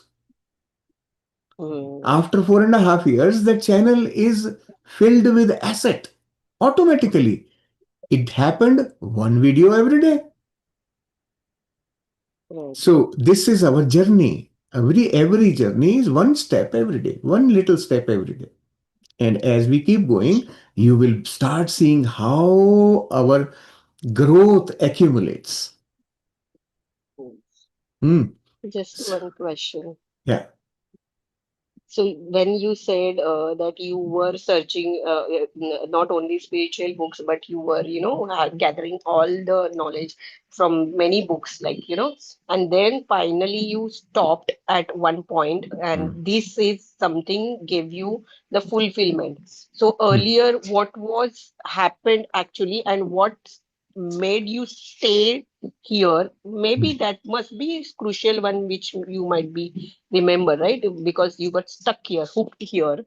So Hmm. what was that quest? Stopped there, and you got that fulfillment. That, oh, what was I doing? So I just wanted that thing from you. So for me personally, it was all happening naturally. Hmm. It started 5 years ago again with Seth workshop. Hmm. When I first met Preeti and Monil, we all were participating in that Seth workshop at that time. So during that workshop, I they shared a document. It was an internet PDF on the internet called Seth material, but actually Seth material is a totally different thing. But this document was called Seth material. I didn't know the Hmm. difference. I knew nothing about Seth. So when I saw that document, I found it difficult to understand. The language was very Hmm. difficult. So I said, well, okay, to understand this, I need to first translate it. So I sat down, started translating it. It took me Hmm. 3 months. It was just a small document, small in the sense like maybe 50, 60 pages. It Hmm. took me 3 months to translate it. That was my first experience of translating something. And in the process, I learned everything about those deeper concepts of Seth's knowledge. Okay. Right? Now, very recently, 3 weeks ago, I opened up that. I created an ebook. The Hindi translation, I created an ebook and shared it with everyone in PMC. So, that book I reopened. I was searching for something and that this thing popped up. I said, oh, let me just see how was my work at that time. And I opened mm, it. The entire list of topics in that book is exactly unified. mm, Everything connects. Whatever we have been talking is there in that translation. mm, So that told me that that's where the process actually started. We went deep, right? So in Seth workshop, I mm, learned to go deep. Prior to that, I was mm, simply reading and leaving, reading and leaving. But here mm, I mm, translated because I wanted to go deep. That process put me into depth of that knowing, that knowledge. mm, mm, And Seth knowledge is essentially new age spirituality. You can call it that way. okay. West got the taste of spirituality from these kind of. Seth is again basically a channeled material. Mm, So that information, I um, that's how I started going deeper, right? And mm, then mm, I stayed with that knowledge, and then it started growing. I read more, but I always gravitated back to Seth. mm, I have a complete set of books from Seth. It's a very big set of books, and mm, I have not read all of them yet. But I whenever I get some time, I read through them. They are complex, dense material, but now with what we know, it is easier for me to understand the depth. Right? So mm, understand this. So that continued, and then we started doing these sessions. If you listen to what I have delivered in the initial sessions, first, second years, whatever delivery I have done, it's all unified without having started unified at that time. It mm, still is the same principle, same concept. So through teaching that, we were going deeper. okay. Then came unified, and I said, well, Preeti, actually, this time it was not me. Preeti said, can you translate this in Hindi? Because I want to conduct Mm, the program in Hindi. I said, fine, I will translate. So I translated that book. So in the process of translation, one more deeper dive. mm, That that got me stuck. I said, well, this is it. Because now it resonated with what I had been experiencing in the prior 2 years. mm, Resonated with that, and then it took me deeper. So these were right. stepped. So at every step, I was going one level deeper, one level deeper. And now, over 3 years, I have really gone very, very deep. Right? Mm, So 2024, we did the first run of the course, not as deep. 2025 is slightly mm, deeper than 24. And this year is going even further deep into the subject. So mm, that's how we are constantly going deeper and deeper and evolving. So now at this point, when I have gone this depth, I can see that expansion within me. Expansion in the sense that now I know whichever path anybody takes, they are going to reach here. mm. Everybody will reach, So, finally, they will reach here only. Whatever path they take. It's only they are doing in a different way, which aligns with their own personal structure. resonance, I got it. That's what I asked you. Wherever somebody Mm, I always encourage everybody to follow wherever they resonate. This is not the only way. mm, Unified is not the only way. Every way is good provided you go deep. deep. Otherwise, you will keep Mm, eating malai everywhere and do nothing. Simply put on fat. mm, No mm, nourishment. No nourishment. right, So right. that is the difference. So for me, it Mm, was like I wanted to, I got attracted by this statement, you create your own reality. I really mm, felt, well, this is very deep information. Why? Because it has implications. My mind mm, built up a story. Well, if this is the case, then what about that? What about that? And started, a chain reaction mm, started mm, within. mm, And that mm, chain made me interested in that material. And then I said, well, okay, let me translate. I have to understand. This is mm, how my journey of going deeper started. So the more we go deeper, the more we start zoning in towards the center which is uh, not moving, uh, non-moving movement. That's where we all have to uh, go ultimately. yes, yes.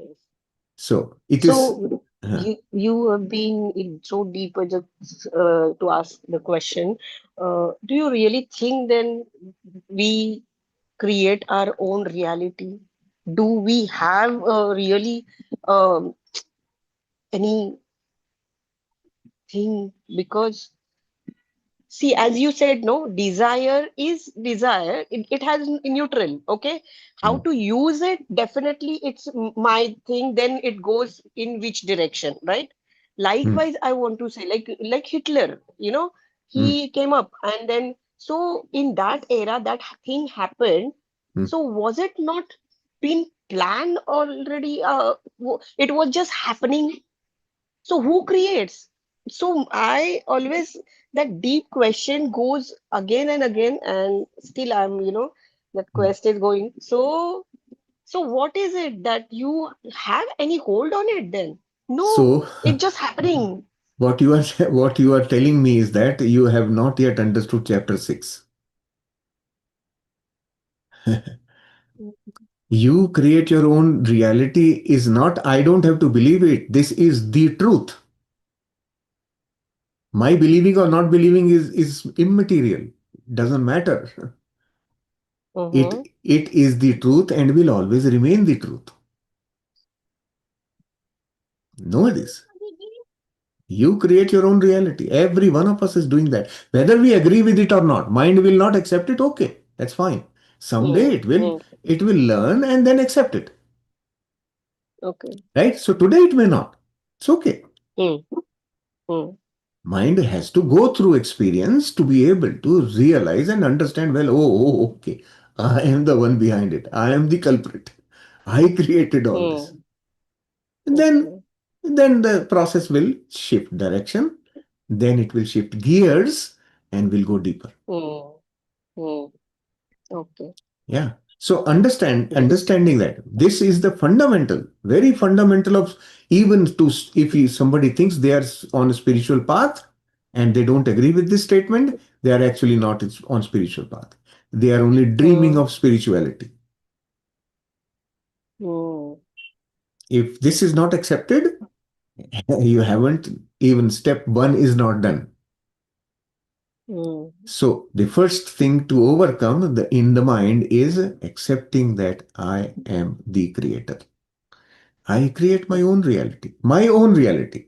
I am not creating for mm, everybody else. I am creating mm. my reality. That's true. Mm, mm, And everybody's reality is different. mm. Have to be done. Mm, This is the key. If mm, if you can resolve this one thing in your mind, mm. you Have to are be on your way to uh, yes. the course. Yeah. I think this statement Mm. only will take me deep dive now, like you. Okay, let's see, Yeah. because it is, yeah, this is process Con- and okay. Contemplate on the implications of this. If this is Hmm, true, so start with an hmm, if. hmm, hmm, If this is true, then what? hmm, hmm. Okay. And then start writing, then what? If I created my Hmm, reality, why did I kill this thing? Why did I have this problem? Why did I have this disease? Why did write down? You will know that you created it. I personally know that I created my own cancer. hmm, hmm. I have shared this also earlier Yes, yes. that I created my own cancer. So how can I not believe this? Hmm. To Got it. me, this is truth. I am experiencing it again and again and again, and every day I am experiencing the same thing that I created Right. it. Yesterday, I created something I had never created earlier, but first it got created in my imagination. What is that? a dish, a new dish. Okay. Yeah.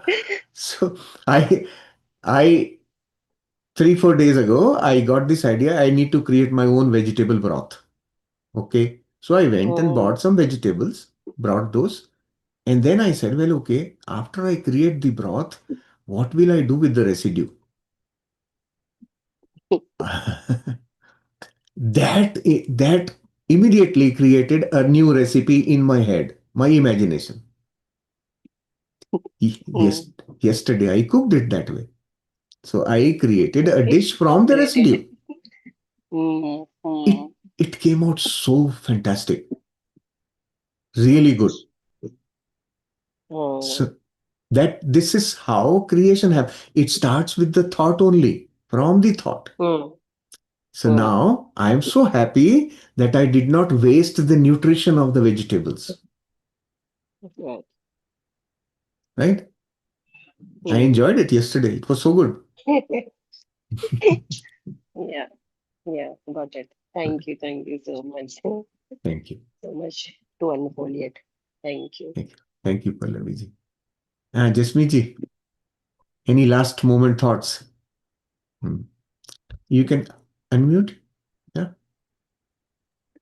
Hmm. I basically just wanted to, I couldn't understand what course were you doing with PTG and Monilji? You said you were in some, Seth uh, Wisdom. Seth Wisdom. SETH. It is one okay, of the okay, courses that PMC does. okay, Yeah. That's when we came together in one team. That all was right, in all right. 2021. Okay, I It's just couldn't a get exactly meditation, what right? it is. I mean, It 3 days course of Seth No, no, no, no, wisdom. no. That is not a 3 day course. It's a 18-day course. Oh, Yes. In those, nowadays it is like 3 days. I have just I attended 3 days your meditation and I uh, did I don't like, know what it is, what they are doing today, because I am okay. quite disconnected from PMC PSSM now over the last 3 years. Hmm. Actually, Okay. since after Patriji left, I have been quite disconnected. But so I am not fully aware of what they are doing today. But at that time, this is how it was, and we as admin team. I was part of admin team for that course, and we Oh, went through the whole course, 18 days. So, okay. Seth, let me give you a background if you want to understand. Jasmeet, Seth is an entity they call, not it wasn't a person. Seth is an Okay, entity that used to channel through a lady named Jane Roberts.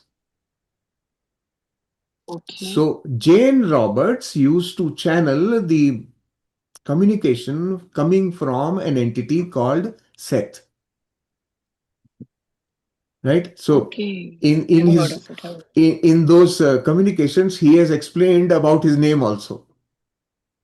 Mm. Why? What's there in It the sounds name? like an And Indian name, no? Seth, it's not Seth. It's Seth. Seth. Seth, It's not Seth. S-E-T-H. Seth is a name. Seth is a name in the West, All right. and there are, I think, 24 books that were channeled through Jane Roberts.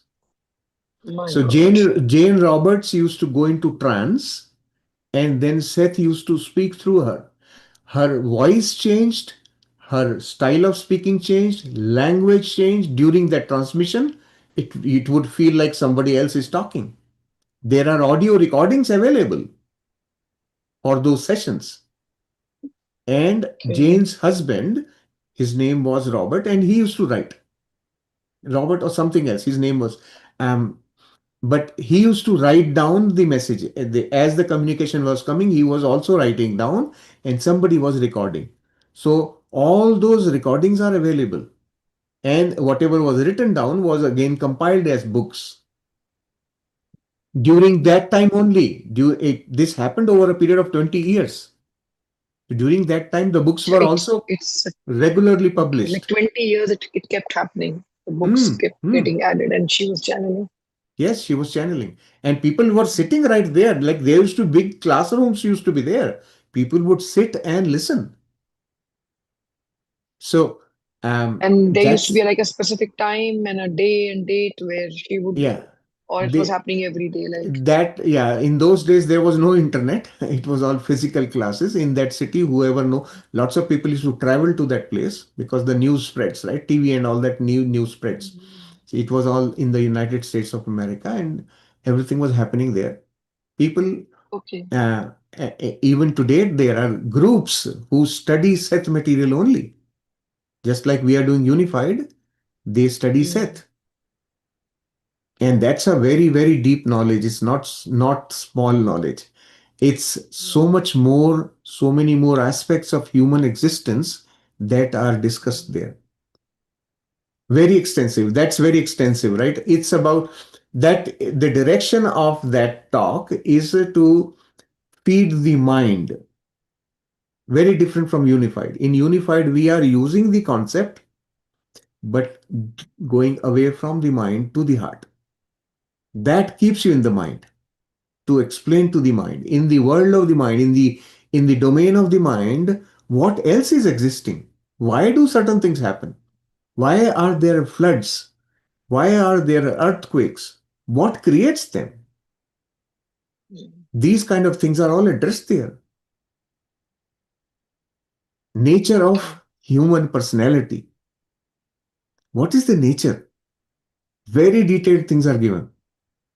So that is Very interesting. interesting material um, to read.